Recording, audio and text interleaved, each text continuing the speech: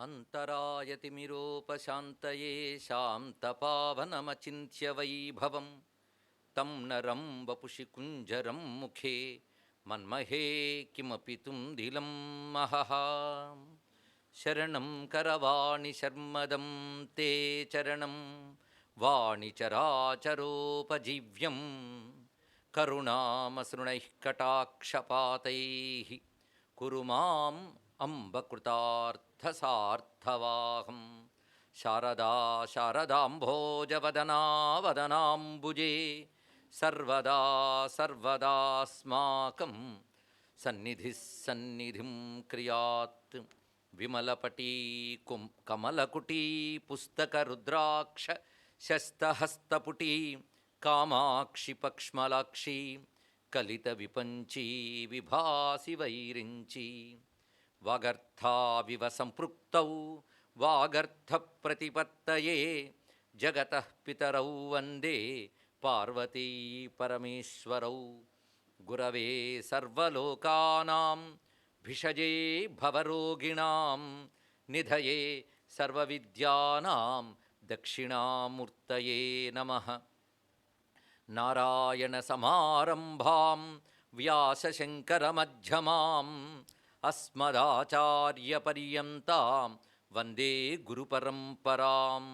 नारायणं नमस्कृत्य नरं चैव नरोत्तमं देवीं सरस्वतीं व्यासं ततो जयमुदीरयेत्। यज्ञेश अच्युत गोविन्द माधव अनन्तकेशव कृष्ण विष्णो हृषीकेश वासुदेव नमोऽस्तुते।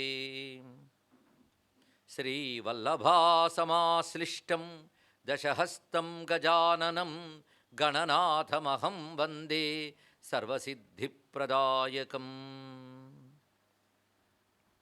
पञ्चवक्त्रं हनूमन्तं त्रिपञ्चनयनैर्युतं दशभिर्बाहुभिर्युक्तं वन्दे सर्वार्थसिद्धिदम्। शिवाय गुरवे नमः। शिवाय गुरवे नमः। शिवाय गुरवे नमः। शिवाय गुरवे नमः। श्रीमात्रे नमः। श्रीमात्रे नमः। श्रीमात्रे नमः। श्री विष्णुरूपाय नमः शिवाय। श्री विष्णुरूपाय नमः शिवाय। श्री विष्णुरूपाय नमः शिवाय। श्री महागणपतये नमः। श्री महागणपतये नमः। श्री महागणपतये नमः। श्री हनुमते नमः। श्री राम जय जय राम। श्री राम जय जय राम। श्री राम जय जय राम। श्री सिद्धलक्ष्मी वल्लभा समेत श्री महागणपति स्वामिने नमः। श्री हनुमते नमः। यमेकाक्षरं निर्मलं निर्विकल्पं गुणातीतमानन्दमाकारशून्यं परं पारमोङ्कारमाम्नाय गर्भं वदन्ति प्रगल्भं पुराणं तमीडे। चिदानन्दसान्द्राय शान्ताय तुभ्यं नमो विश्वकर्त्रे च हर्त्रे च तुभ्यं नमो लीलाय कैवल्यभासे नमो विश्वबीज प्रसीदेशसूनो प्रसीद ईशसूनो। ध्वनिध्वंसवीणालयोल्लासि वक्त्रं स्फुरच्छुण्डदण्डोल्लसद्बीजपूरं గళద్దర్ప సౌగంధ్యలోలాలిమాలం గణాధీశమీశానసూనుం తమీడే గణాధీశమీశానసూనుం తమీడే అని ఆదిశంకర భగవత్పాదుల వారు ఏ పరబ్రహ్మను స్తుతించారో ఆ గణపతి రూప పరబ్రహ్మకు మనం నమస్కారం చేసుకుంటున్నాం. ఇందులో భగవత్పాదుల వారు గణపతిని పరబ్రహ్మముగా స్పష్టంగా దర్శించి అనుభవించి చెప్తున్నారు. యమేకాక్షరం నిర్మలం నిర్వికల్పం ఓమిత్యేకాక్షరం బ్రహ్మ అయినటువంటి ప్రణవస్వరూపుడే గణపతి. ఆయన స్వరూపతః నిర్మలుడు, నిర్వికల్పుడు, గుణాతీతుడు, ఆనందస్వరూపుడు, ఆకారశూన్యుడు, ఏ ఆకారము లేనివాడు. అందుకేనేమో మనం గణపతి పూజ చేసిన పసుపుద్ద పెట్టుకుంటాం. ఆకారం లేనివాడనే జ్ఞానం అక్కడే కనిపిస్తున్నది. పరంపారమోంకారం, సర్వోత్కృష్టమైనటువంటి ఓంకార స్వరూపుడు. ఓంకారం అంటే ఏమిటయ్యా అంటే తుందిలం మహః. తుందిలం మహః అంటే బలుపు తేజము అని అర్థం అండి. తుందిలం అంటే బలుపు, మహః అంటే తేజము, బలిసినటువంటి తేజస్వరూపం అంట. ఎన్ని కడుపులో పెట్టుకున్నాడో అంత బలుపుగా కనబడ్డానికంటే ఆమ్నాయ గర్భం అన్నారు ఇక్కడ. సమస్త వేదమంత్రములు, సప్తకోటి మహామంత్రములు తనలో పెట్టుకున్నవాడు ఎలా ఉంటాడు మరి? కనుక ఓంకారం ఆమ్నాయ గర్భం అని వదంతి ప్రగల్భం పురాణం తమీడే అని చెప్తూ ఉంటారు పెద్దలు ఆయన గురించి. అటువంటి ఆయనకు నమస్కారము. ఆయన చిదానంద సాంద్రం, ఆనందాత్మ గణేశోయం అంటూ గణపతి ఉపనిషత్తు చెప్తున్నది. సచ్చిదానందం, భూమా అని చెప్పబడుతున్న భూమా అంటే విస్తారే, అత్యంత విస్తారమైన అఖండమైన ఆనందమే గణపతి యొక్క స్వరూపము. అందుకే చిదానంద సాంద్రాయ శాంతాయ తుభ్యం నమో విశ్వకర్త్రే చ హర్త్రే చ తుభ్యం. సృష్టిస్థితులై కారకుడు, అందుకే విశ్వోత్పత్తి విపత్తి సంస్థితికర విఘ్నేశ ఇష్టార్థద. ధ్యాన శ్లోకంలోనే యతోవా ఇమాని భూతాని జాయంతే తత్వమే గణపతిని తెలియజేస్తూ మరి ఇన్ని రూపములు ఏమిటాయి అంటే నమో అనంతలీలాయ కైవల్య భాసే నమో విశ్వబీజ ప్రసీద ఈశసూనో అని నమస్కరించారు. అలాంటి పరమాత్మను సగుణ బ్రహ్మముగా ఉపాసించినటువంటి వరేణ్యునికి ఉపాసనా ఫలంగా జ్ఞానము, జ్ఞానఫలంగా కైవల్యము సిద్ధిస్తున్నది. ఆ ఉపాసనకి సంతోషించి గణపతి చెప్పినటువంటి గీత గణేశ గీత. నిన్నటి రోజున గణేశ గీతలో సారభూతమైనటువంటి అధ్యాయాన్ని చెప్పుకునడం జరిగినది. పైగా అంటాడు స్వామి, ఇది ఒక్కటి సరిగ్గా తెలుసుకుంటే ఇక తెలుసుకోవాల్సిందేమీ లేదు, అది చెప్తున్నానని ప్రారంభించాడు నిన్న. అందులో నా ప్రకృతిని గ్రహించునందు ప్రారంభించి ప్రకృతి యొక్క పరా అపరా అనే రెండు విషయములు చెప్పి వీటికి అతీతుడినైన నేను ప్రకృతి వికారములు లోబడకుండానే ప్రకృతి యందు అంతర్యామిగా ఉంటాను గనక అనేక రూపములుగా గోచరిస్తున్న నన్ను ఎవడైతే తెలుసుకుంటాడో వాడు అన్ని నదులు సముద్రాన్ని చేరినట్లు నన్ను చేరుకుంటాడు. అతశ్చాహర్నిశం భూప స్మర్తవ్యో అనేక రూపవాన్ సర్వేషామప్యహం గమ్య శ్రోతసాం అర్ణవో యథ. ఇదే మాటని సర్వదేవ నమస్కార కేశవం ప్రతి గచ్చతి అని చెప్పిన రుచీనాం వైచిత్ర్యా దృజుకుటిల నానాపదుషురాం రుణామేకో గమ్య త్వమసి పైసామర్ణవైవ అని శివమహిమ్న స్థితిలో చెప్పిన ఆ పరతత్వం ఇక్కడ చెప్పబడుతున్నది. కానీ ఉపాసనా సౌలభ్యం కోసం అనేక రూపాలతో నిన్ను ఆరాధించిన చివరికి చేరేది నీతత్వమునందే అనే భావం ఇందులో కనబడుతున్నది. అదేవిధంగా అనేక రూపవాన్ అంటే విశ్వరూపవాన్ అనర్థము.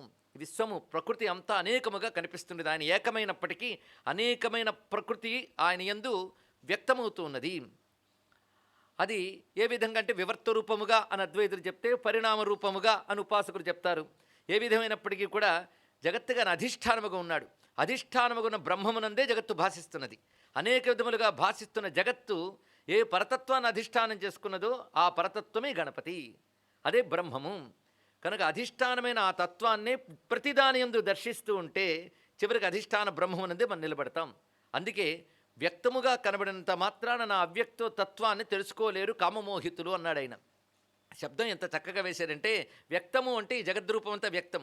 ఇందులో ఎప్పుడైతే జగత్తు కనబడిందో దాని విషయముల పట్ల ద్వంద్వభావములు ఏర్పడగానే కామమోహితులై ఈ విషయములే ప్రధానం అనుకుంటూ అధిష్టానమైన బ్రహ్మమును మర్చిపోతారు. అందుకే వ్యక్తముగా కనబడుతున్నప్పటికీ నా అవ్యక్తతత్వాన్ని ఎవడు గ్రహిస్తాడో వాడు ధన్యుడు, వాడు జ్ఞాని అని చెప్తూ అందుకు ప్రతిదాని యందు భాషిస్తున్న నన్ను మాత్రమే ఎవడు పట్టుకుంటాడో, నేను తప్ప మరి ఒక తత్వం లేదని ఎవడు తెలుసుకుంటాడో, మత్త పరతరన్నాస్తి యత్కించిదస్తి ధనంజయ అనే మాటే అనన్య శరణ అనే మాటలో ఉన్నది. అనన్య శరణో యో మాం భక్త్యా భజతి భూమిప యోగక్షేమోచ తస్యాహం సర్వదా ప్రతిపాదయే. యోగక్షేమము అనే మాటకి శాస్త్రీయమైన అర్థాన్ని కూడా నిన్న వ్యాఖ్యానించుకోవడం జరిగినది. ఇది చెప్తూ ఒక మాట అంటాడు, నాయన కర్మ, ఉపాసన, జ్ఞానమని మూడున్నాయి. ఈ మూడింటిని అన్వయించేదే గీత. ఏ గీతాశాస్త్రమైన మూడింటిని చెప్తుందండి, కర్మ, ఉపాసన, జ్ఞానము. ఇందులో ఉపాసన, కర్మ, జ్ఞానంలో ధ్యానం అనేది కూడా ఒకటి కలిస్తే 4 యోగాలని చెప్పుకోవచ్చు. ఎందుకంటే అటు ఉపాసనకి అటు జ్ఞానానికి సహకరించేది ధ్యాన యోగము. అందుకే పతంజలి చెప్పిన యోగాన్ని వేదాంతం ధ్యాన యోగం అనే ప్రక్రియలో మాత్రమే స్వీకరిస్తుంది. అందుకే ఆసన ప్రాణాయామాదులు కూడా ఇక్కడ చెప్పడానికి కారణం ధ్యానము అన్నిటికంటే ముఖ్యం. కానీ విచారణ అనేది జ్ఞానానికి అవసరమేనా? ఎటువంటి విచారణ అంటే యుక్తాహార విహారస్య యుక్త చేష్టస్య కర్మసు యుక్త స్వప్నావబోధస్య యోగి అన్నట్లుగా ధ్యానము లేని వాడికి ఉపాసన లేదు, జ్ఞానము లేదు. ఎందుకంటే ఏదైతే కనబడుతుందో అది సత్యం కాదు, ఏదైతే సత్యం అది కనిపించట్లేదు అంటే ఆ సత్యమును దృష్టి పెట్టాలంటే అంతఃకరణం అంతర్ముఖం కావాలి. అంతర్ముఖం కావాలంటే దానికి సరి అయిన సాధన ధ్యాన యోగమే. ఆ యోగం ఎలా చేయాలో అనేది వివరించాడు. అటువంటి యోగాన్ని వివరించిన తర్వాత అలాంటి యోగంతో అనన్య శరణుడై ఎవరు నన్ను భక్తితో భజిస్తున్నాడో వాడికి లభించిన ఆ యోగాన్ని నేను క్షేమంగా ఉంచి ముక్తినిస్తాను అని పరమాత్మ ప్రకటిస్తూ, ఇందులో కర్మగతుల్లో వెళ్ళేవారు ఒక పద్ధతిలో వెళతారు, ఉపాసనాగతుల్లో వెళ్ళేవాళ్ళు రెండో పద్ధతిలో వెళతారు. ఇక జ్ఞానంలో వెళ్ళేవాడికి గతి కాదు, వాడు ఇవా ఇక్కడే జీవన్ముక్తుడు అవుతున్నాడు. ఉపాసనా క్రమంలో వెళ్ళిన వాడు క్రమముక్తి పొందుతాడు, వాడు వెనక్కి తిరిగిరాడు. కర్మగతుల్లో వెళ్ళిన వాడు గొప్ప గొప్ప ఊర్ధ్వలోక సుఖములు అనుభవించి తిరిగి భూమి యందు ఉత్తమ జన్మలు పొందుతాడు. మొత్తానికి మూడింటిని సద్గతులనే చెప్పాలండి, దుర్గతులు కావవి, సద్గతులనే చెప్పాలి. ఇందులో ముఖ్యంగా కర్మ నుంచి వెళ్ళే గతి ఎలా ఉంటుంది, ఉపాసన నుంచి వెళ్ళే గతి ఎలా ఉంటుందో చెప్తూ ద్వివిధా గతి రుద్దిష్ట శుక్లా కృష్ణా నృణాం నృప ఏకయా పరమం బ్రహ్మ పరయా యాతి సంస్కృతిం. శుక్ల కృష్ణ అనే రెండు గతులు ఉంటాయి.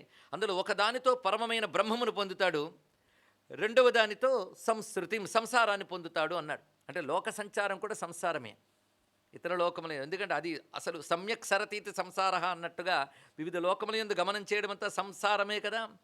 కనుక అది పొందుతాడు. దేనితో? కృష్ణగతితో. శుక్లగతితో ఏకయా పరమం బ్రహ్మ పరబ్రహ్మను పొందుతారు. దీన్ని కొందరు వ్యాఖ్యాతలు ఏం చెప్పారంటే శుక్లగతి అంటే తేట తెల్లని గతి అంటే జ్ఞానదశ అన్నారు. జ్ఞానగతితో పరబ్రహ్మను పొందుతారు అని చెప్పారు. అజ్ఞానగతితో సంసారాన్ని పొందుతారు అని ఒక వ్యాఖ్యానం ఇచ్చారు. ఇది కూడా వినడానికి బాగుంది, అది కూడా శాస్త్ర సమ్మతమే కావచ్చు. కానీ శుక్ల కృష్ణగతుల గురించి మనకు ఉపనిషత్తులు పురాణాలు చెప్తున్న ప్రకారంగా చూస్తే కృష్ణగతి అంటే కర్మ ద్వారా వెళ్ళేది, శుక్లగతి అంటే ఉపాసనా మార్గం ద్వారా వెళ్ళేది అనే విషయాన్ని ప్రస్తావన చేస్తూ వెంటనే ప్రశ్న వేశాడు ఎవరు? వరేణ్యుడు. కా శుక్లగతి రుద్దిష్ట కాచ కృష్ణ గజానన కిం బ్రహ్మ సంస్కృతిక్క మే వక్తుమర్హస్యనుగ్రహాత్. నువ్వు చెప్పిన దానిలో మొత్తం 4 పదాలు నాకు వినబడ్డాయి. ఒకటి శుక్లగతి, రెండవది కృష్ణగతి, మూడవది బ్రహ్మను పొందుతారు, నాలుగవది సంసారం అన్న 4 శబ్దములు. శుక్లగతి అంటే ఏమిటి, కృష్ణగతి ఏమిటి అంటే ఏమిటి, బ్రహ్మ అంటే ఏమిటి, సంస్కృతి. సంస్కృతి అంటే సంసారం అండి, సంస్కృతి కాదు ఇది. సంస్కృతి అంటే సంస్కారం, సంస్కృతి అంటే సంసారం. అందుకే కిం బ్రహ్మ సంస్కృతిక్కా మే వక్తుమర్హసి అనుగ్రహాత్, నా యందు దయతో అనుగ్రహించు అంటే ఇప్పుడు శుక్లగతి ఏంటో చెప్తున్నాడు. శుక్లగతి అంటే అగ్ని జ్యోతి అహహ శుక్ల కర్మార్హమయనం గతి చాంద్రం జ్యోతిస్తథా ధూమో రాత్రిశ్చ దక్షిణాయనం.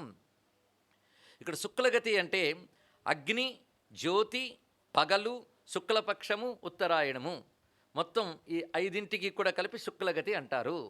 అంటే వీటి యందు మరణించినటువంటి వారు ఉత్తమమైనటువంటి మార్గములో బ్రహ్మమును పొందుతారు. ఇది శుక్లగతి, వాళ్ళు వెళ్ళే మార్గం అది. అంటే ఉపాసనలో ఉన్నటువంటి వారు ఈ మార్గము ద్వారా తీసుకువెళ్ళబడతారు. అగ్ని, జ్యోతి, దివాభిమాన దేవత పగలు, శుక్లపక్షము, ఉత్తరాయణము అని చెప్పారు. మరి కృష్ణగతి అంటే ఏమిటంటే ధూమాభిమాన దేవత. అగ్ని అభిమానం అక్కడ ఉంటే ఇక్కడ ధూమము, రాత్రి, కృష్ణపక్షము, చంద్రుడు, దక్షిణాయనము, వీటిని ఏమంటారు? కృష్ణగతి అంటారు. శుక్లగతి కృష్ణగతి అని వివరించాడు. కృష్ణైతే బ్రహ్మ సంస్కృత్యోరవాప్తే కారణంగతి దృశ్యాదృశ్యమిదం సర్వం బ్రహ్మైవేత్యవధారయ. ఈ 2 గతులు చూస్తేనే బ్రహ్మప్రాప్తి, సంసార ప్రాప్తి ఉంటుంది సుమా. శుక్లగతితో బ్రహ్మప్రాప్తి, అదేవిధంగా కృష్ణగతితో సంసార ప్రాప్తి. బ్రహ్మం అంటే ఏమిటి అని అడిగేవే, దృశ్యంగా అదృశ్యంగా ఉన్నదంతా బ్రహ్మమే, మరొకటి కాదన్నాడు ఇక్కడ. అంటే మరి జగత్తు బ్రహ్మను విచారం లేదు, బ్రహ్మం ఎప్పుడూ ఒక్కటే, మరొకటి రెండవ వస్తువు లేదు. నేహ నా నాస్తి కించన, బ్రహ్మమునందు నానాత్వము అనేది లేదు సుమా అని ఉపనిషత్తు చెప్తుంది. నా ఇహ నానా అస్తి కించన, కించిత్తు కూడా నానాత్వం అనేది లేదు, ఏకత్వమే. కానీ ఏకం అద్వితీయం బ్రహ్మ, ఆ ఎరుకు కలగాలి. కనుక బ్రహ్మం ఎప్పుడూ ఏకమే. మరి జగత్తు భ్రాంతి మాత్రమే, జగద్రూపముగా గోచరిస్తున్నది బ్రహ్మము మాత్రమే. ఆ ఎరుక కలగడం కోసం సాధన. కానీ బ్రహ్మం అంటే అది. అలాంటి బ్రహ్మమును పొందడానికి పనికొచ్చేది శుక్లగతి, కృష్ణగతి సంసారానికి పనికొస్తున్నది. ఇక నువ్వు సంస్కృతి అన్నావు కదా, దాని గురించి చెప్తున్నాను విను. అనేక జన్మ సంభూతి సంస్కృతి పరికీర్తిత. అనేక జన్మలను స్వీకరించడమే సంసారము. సంసారం అంటే ఇదే అర్థం. ఇదే చచ్చుచు పుట్టుచున్మరల చర్విత చర్వణులైన వారికి. పుట్టడం చావడం, చావడం పుట్టడం, ఇది సమ్యక్ సరణం. ఇది అంతుందా ఈ ప్రవాహానికి? కనుక ఇది ప్రవాహ రూపం సంసారము. సంసారం అంటే కాపురం కాదు. మొత్తానికి సంసారి అయ్యాయని ఆయన అంటాం పెళ్లి చేసుకున్నాక. వాడు ఎప్పుడో సంసారి. అంటే పుట్టుక చావుల్లో తిరుగుతున్న వాళ్ళందరూ సంసారులే. జీవికి మరొక పేరు సంసారి. ఇది శాస్త్రార్థం అండి. లోకార్థంలో రూఢ్యర్థాలు వేరు, శాస్త్రీయమైన అర్థాలు విశేషంగా ఉంటాయి. లోకంలో వాడే అర్థాలు వేరు. మన శాస్త్రం మాట్లాడుతున్నాం కనుక శాస్త్రానికి ఇదే అర్థం. అనేక జన్మలు ఎత్తడమే సంసారం. ఎంత చక్కగా చెప్పేశాడు. ఎక్కడే డౌట్ ఉంచాడు ఆయన. శుక్లగతి, కృష్ణగతి, బ్రహ్మ, సంసారం 4 చెప్పేశాడు. ఇందులో ప్రధానంగా బ్రహ్మం అనేది సర్వత్రా బ్రహ్మమే అని చెప్పాను కదా. మరి సర్వత్రా బ్రహ్మమైనప్పుడు నేను చూస్తున్న జగత్తంతా నశించే లక్షణం కలిగి ఉన్నది. ఇందులో ఈ నశించే లక్షణంతో తాదాత్మ్యం చెంది నేను కూడా నశించిపోతున్నాను అనుకునేవాడు ఎప్పుడు నశించడు. వాడి పేరేంటండి? జీవుడు. నశించే లక్షణంతో తాదాత్మ్యం, నశించే లక్షణం ఉన్నటువంటి ప్రకృతితో తాదాత్మ్యం చెంది నేను కూడా నశించిపోయేవాడిని అనుకుంటూ ఉన్నటువంటి ఎప్పుడూ నాశనం లేని వాడి పేరు జీవుడు. జాగ్రత్తగా విన్నారు కదా. నిన్నటి వరకు వింటే నేను ఇంత వివరంగా 2వ సారి 3వ సారి కూడా చెప్పక్కర్లేదు. దీన్ని బట్టి వినడం ఎలా ఉన్నదో మనకే అర్థమైపోతుంది. ఇక్కడ అంటే నశించే లక్షణం కలిగినటువంటి ప్రకృతితో తాదాత్మ్యం చెందిపోయి తాను కూడా పుడతాను, చస్తున్నాను, మార్పు చెందుతున్నాను అనుకుంటాడు. కానీ ఈ మార్పు ఆయనకి లేదు. జడమైన ప్రకృతితో కూడిన దేహాదులకున్నది తప్ప దాన్ని అంటిపెట్టుకుని దానితో మమేకమైపోయిన జీవుడికి నిజానికి అవి లేవు. కానీ ఇవన్నీ తన యందు ఆరోపించుకుంటున్నాడు. అందుకే క్షర అక్షర ఈ రెండే మనకు తెలుస్తున్నాయి. మరి బ్రహ్మము అంతా బ్రహ్మమే అన్నప్పుడు ఈ రెండు ఏమిటి అంటే ఈ రెండిటికి అతీతమే బ్రహ్మము. కనుక బ్రహ్మము సర్వవ్యాపకమై ఉన్నప్పటికీ క్షరాక్షరమైన లక్షణములు బ్రహ్మమునకు లేవు. ఈ రెండిటికి అతీతముగా ఉన్నాడు. తత్వవివేచన చేసి అతీత బ్రహ్మమును తెలిసాక క్షరము అక్షరము రెండులో ఉన్నది బ్రహ్మమే అని తెలుస్తుంది. అందుకే బ్రహ్మ గురించి చెప్పి వెంటనే ఒక మాట అన్నాడు. దృశ్యాదృశ్యమిదం సర్వం బ్రహ్మైవేత్యవధారయ అని చెప్పి వెంటనే ఒక మాట అంటాడు. క్షరం పంచాత్మకం విద్ధి తదంతః అక్షరం స్మృతం ఉభాభ్యాం యదతిక్రాంతం శుద్ధం విద్ధి సనాతనం. ఇంతకంటే తేటగా వాక్యాలు ఎవడు చెప్పడండి. అయినా మనసులో నిలవలేదు అంటే ఒక్కటే, కావాలని అనుకోలేదు. అంతకుమించి మరేమీ కాదు. మనసును నిలవకపోవడానికి కారణం ఇది కావాలనుకోకపోవడం. కావాలనుకుంటే ఒక్క వాక్యం చాలు. క్షరం పంచాత్మకం విద్ధి. క్షరము అనగా పంచాత్మకం. పంచ అనగానే పంచభూత, పంచతన్మాత్ర, పంచేంద్రియ, పంచజ్ఞాన, పంచప్రాణాదులన్నీ కలిపి పంచాత్మకమైనదంతా కూడా క్షరము. క్షరము అంటే అర్థం ఏంటి? నశించే స్వభావము కలిది క్షరము. తదంతః అక్షరం స్మృతం. ఈ క్షరమైన దాంట్లో ఎవడైతే ఉన్నాడో వాడు అక్షరుడు అనగా జీవుడు అని అర్థం. ఇక్కడ తదంతః అక్షరం స్మృతం ఉభాభ్యాం యదతిక్రాంతం. ఈ రెండిటికి ఎవడ అతిక్రాంతుడై అంటే దాటి ఎవడున్నాడో వాడు శుద్ధం విద్ధి సనాతనం. అతడు శుద్ధుడు అంటే ఏ వికారము లేనటువంటి వాడు, సనాతనుడు. ఎప్పుడు వాడో తెలియదు. అంటే క్షరము అక్షరము బ్రహ్మము. ఆ శుద్ధం విద్ధి సనాతనమే బ్రహ్మము. అది చెప్తున్నాడు ఇక్కడ. ముందేం చెప్పాడు? ఉన్నదంతా బ్రహ్మమే అని చెప్పి తర్వాత ఈ మాట చెప్పడంలో ఉద్దేశం ఏంటంటే ఉన్నదంతా బ్రహ్మమైనప్పటికీ ఈ క్షరాక్షరమైన ప్రకృతిని మనం చూడడం వల్ల బ్రహ్మమును తెలుసుకోలేకపోతున్నాం. కనుక క్షరాక్షరములు నడిపించుతున్నప్పటికీ క్షరాక్షరములు దున్నప్పటికీ బ్రహ్మము శుద్ధమైన వాడు. కనుక నీ దృష్టి శుద్ధమైన బ్రహ్మమునందు ఉంచినట్లయితే నువ్వు ఈ క్షరాక్షర 2 లక్షణములు దాటిపోతావు సుమా అని. ఇక్కడ గమనించవలసింది అక్షర అనేది జీవుడికి వాడతారు, పరమాత్మకి వాడతారండి. అంటే పరబ్రహ్మము అక్షరుడే. ఎందుకంటే ఆయనకి నాశనం లేదు కదా. మరి జీవుడు అక్షరుడే, వీడికి నాశనం లేదు కదా. వీడికి నాశనం లేదు కనుక ఉపదేశం. వీడు దీంతో పాటు పోతాడంటే ఉపదేశం అక్కర్లేదు, పోతాడు అంతే. అందుకే చార్వాకులకి ఏ శాస్త్రం లేదు, చచ్చేవాడికి శాస్త్రమే ఉందండి. మళ్ళీ ఉంటాననేవాడికి శాస్త్రం. కానీ ఇందులో వచ్చాం పోతాం అనే చార్వాకులకి ఇక్కడ బతికినంతకాలమే బతుకు, తర్వాత ఏమీ లేదు. కనుక అక్షరుడు జీవుడు కనుకనే వాడికి బోధ. మళ్ళీ వాడి క్షరమైన దీనిలో పడి తెగ తిరగకుండా పాడవకుండా వాడు అక్షరుడైన జీవుడు అక్షరమైన బ్రహ్మముతో ఐక్యం కావడం కోసం బోధ చెప్పడం జరుగుతుంది ఇక్కడ. అని క్షర అక్షర 2 చెప్పడంలో అక్షర అనేది బ్రహ్మమునికి చెప్పినప్పటికీ జీవుడికి ఎందుకు చెప్పారంటే జీవుడు ఏ ఏ దేహాదుల్లో ఉంటూ ఏ దేహం ధరిస్తే ఆ దేహమే తాను అనుకోవడం జీవుడి యొక్క లక్షణం. కానీ దేహం పోయినా తాను ఉంటాడు, అందుకు అక్షరుడు. దేహం పోతోంది కనుక క్షరం. అది అంత చక్కగా తేటగా చెప్పాడు. కనుక అక్షరుడు ఎక్కడున్నాడు? నశించే దేహములు యందు ఉన్నాడు. వినశ్యత్ సవినశ్యంతం అంతేవాడు. అయితే ఇక్కడ పరమాత్మ ఎక్కడున్నాడు? మరి శుద్ధమైన బ్రహ్మము ఆయన ఇందులో ఉన్నాడు కదా. అంటే ఇద్దరున్నారా లోపల? అంటే బుద్ధి యందు ప్రతిఫలించేటి ఈశ్వర చైతన్యం ఏది ఉందో అదే జీవుడు. బుద్ధి ఈ దేహాదులతో అంటుకున్నంతకాలం జీవుడు నేను పుడుతున్నాను చస్తున్నాను అనుకుంటూ ఉంటాడు. అది ఈశ్వర చైతన్యం బుద్ధిలో ప్రతిబింబించడంతే లభిస్తుంది. కానీ దేహ తాదాత్మ్యం చెందకుండా ఆ బుద్ధిలో ప్రతిబింబించే చైతన్యం తన మూలస్వరూపమైన పరమాత్మను కానీ తెలుసుకోగలిగితే శుద్ధమైన బ్రహ్మమే నేను అని గ్రహించగలడు. అది తెలుసుకుంటే ఆ బ్రహ్మము యొక్క నియంత్రణలోనే ఇవన్నీ ఉన్నాయి గనక ఆ బ్రహ్మము వైపు దృష్టి మరల్చుట, అది సగుణ బ్రహ్మముగా ఉపాసించుట, నిర్గుణ బ్రహ్మముగా తెలుసుకొనుట రెండు. ఇక్కడ మాటలు జాగ్రత్తగా సగుణ బ్రహ్మముగా ఉపాసించుట, నిర్గుణ బ్రహ్మముగా తెలుసుకొనుట. ముందు బ్రహ్మము అంటే ఏమిటో తెలిస్తే తర్వాత సగుణమో నిర్గుణమో. కానీ బ్రహ్మము అనే దాని గురించి ఎంత స్పష్టంగా ఈ అధ్యాయంలో చెప్పబోతున్నాడు, తర్వాత అధ్యాయంలో చెప్పబోతున్నాడు జాగ్రత్తగా తెలుసుకోవాలని. అందుకే విన్న తర్వాత ఒక నోట్స్ ఎవరికి వాడు ప్రిపేర్ చేసుకోవాలి. బ్రహ్మం అంటే ఏమిటి అని ఒక అధ్యాయం తయారు చేసుకోవచ్చు. మొత్తం 8 రోజుల్లో చెప్పిన వాటిలో బ్రహ్మము గురించి ఏ ఏ శబ్దములు చెప్పారో ఒక దగ్గర తెచ్చుకోవాలి. జీవుడు గురించి ఏ శబ్దములు చెప్పారో తెలుసుకోవాలి. ప్రకృతి గురించి ఏమి చెప్పారో తెలుసుకోవాలి. కానీ ప్రకృతి, జీవుడు, బ్రహ్మము. ఆ బ్రహ్మము ఈ జీవుని ప్రకృతిని నియమిస్తున్నది అన్నప్పుడు ఆయన్నే ఈశ్వరుడు అన్నాను. ఒకటి నియామకుడుగా ఈశ్వరుడు. కానీ నిజానికి ఆయన వివర్తమైన జగత్తుకి సాక్షిగా ఉన్నాడు. అంతే, కేవలం శుద్ధంగా ఉన్నాడన్నప్పుడు ఆయనే పరమాత్మ అన్నావు. కానీ పరమాత్మ, ఈశ్వరుడు, బ్రహ్మము అనేది ఒకటే. అయితే జీవుడు అయినటువంటి వాడు ఈ దేహాదులతో తాదాత్మ్యం చెందుతూ చచ్చుతూ పుడుతూ దానికి అనుగుణంగా సుఖదుఖాలు అనుభవిస్తూ ఉన్నటువంటి వాడు జీవుడు. అయితే ఏ ప్రకృతితో తాదాత్మ్యం చెందుతున్నాడో అది క్షరమైనటువంటిది. ఇది తెలుసుకోవాలి. అందుకే మాటి మాటికి ఇది నశించేదయ్యా నశించేదయ్యా అని పెద్దలు ఎందుకు చెప్తున్నారంటే, నశించేదాన్ని పట్టుకు వేలాడుతావు ఎందుకయ్యా, నశించనేది ఒక తత్వం ఉంది, అది నీ యొక్క అసలు స్వరూపం, దాన్ని పట్టుకోని చెప్తున్నారు. అందుకే అక్షర శబ్దం ఇటు అటు రెండు వాడడంలో ఎప్పటికైనా జీవబ్రహ్మైక్యం సిద్ధించే అవకాశం ఉంటుంది. అది అక్షర శబ్దం చెప్పడంలో ఉన్నటువంటి ఒక ఔచిత్యం. కనుక క్షర అక్షర శుద్ధం అయినటువంటి విషయాన్ని అంత చక్కగా చెప్పి, సంసారం అంటే ఏంటో చెప్పి, ఏమాం సమ్యగుపాసంతే పరం బ్రహ్మ ప్రయాంతితే. పరంబ్రహ్మను పొందే మార్గము ఏది అంటే శుక్లగతి అని చక్కగా చెప్పాడు కదా మాట. అందుకే ఏ పదాన్ని అలా కలుపుకోవలచునండి. ఏకయా పరమం బ్రహ్మం పరయా యాతి అనే మాట ఉన్నది కదా. ఏకయా పరమం బ్రహ్మం యాతి పరయా సంస్కృతిం యాతి, అది చెప్పాడు ఇక్కడ. పరమం బ్రహ్మం అనే మాటని మళ్ళీ అదే మనకు తగిలిస్తూ, ఏ మాం సమ్యగుపాసంతే పరం బ్రహ్మ ప్రయాంతితే. ఎందుకంటే కవిత్వం చదివేటప్పుడు జాగ్రత్తగా చదవాలి. ఒక దగ్గర పదం మరొక దగ్గర అదే పద్ధతిలో వాడారు అంటే మనం మామూలు వ్యాసాలు, పత్రికా వ్యాసాలు చదివినట్టు చదవకూడదు. అది ఆ పదానుకున్న బరువు తెలియాలి. ప్రతి పదం సారంగా ప్రయోగించేదైనా కవిత్వం అంటారు కదా. శాస్త్రాన్ని కవిత్వంగా చెప్పిన కవీనాం కవిం అయిన గణపతికి నమస్కారం చేసుకుందాం. అంత చక్కగా చెప్పాడు. అందుకే పరం బ్రహ్మ ప్రయాంతితే ఇక్కడ అన్నాడు. ఇందాక పరమం బ్రహ్మయాంతి అదే శబ్దం వాడాడు ఇక్కడ. ఎవడు పొందుతున్నాడు ఆ పరబ్రహ్మని? శుక్ల మార్గంలో వెళ్ళేవాడు. శుక్ల మార్గంలో ఎవడు వెళ్తాడు? ఏ మాం సమ్యక్ ఉపాసంతే. అక్కడ ఉపాసన అన్నమాట చెప్పారండి. ఎవడు సమ్యక్ సమగ్రముగా నన్ను ఉపాసిస్తున్నాడు అంటే అసమగ్ర ఉపాసనలు కూడా ఉన్నాయన్నమాట. సమగ్ర అని చెప్పాడంటే అసమగ్రం ఉంది. అదే పర్యుపాసతే అనే మాటలు ఆయన చెప్పాడు.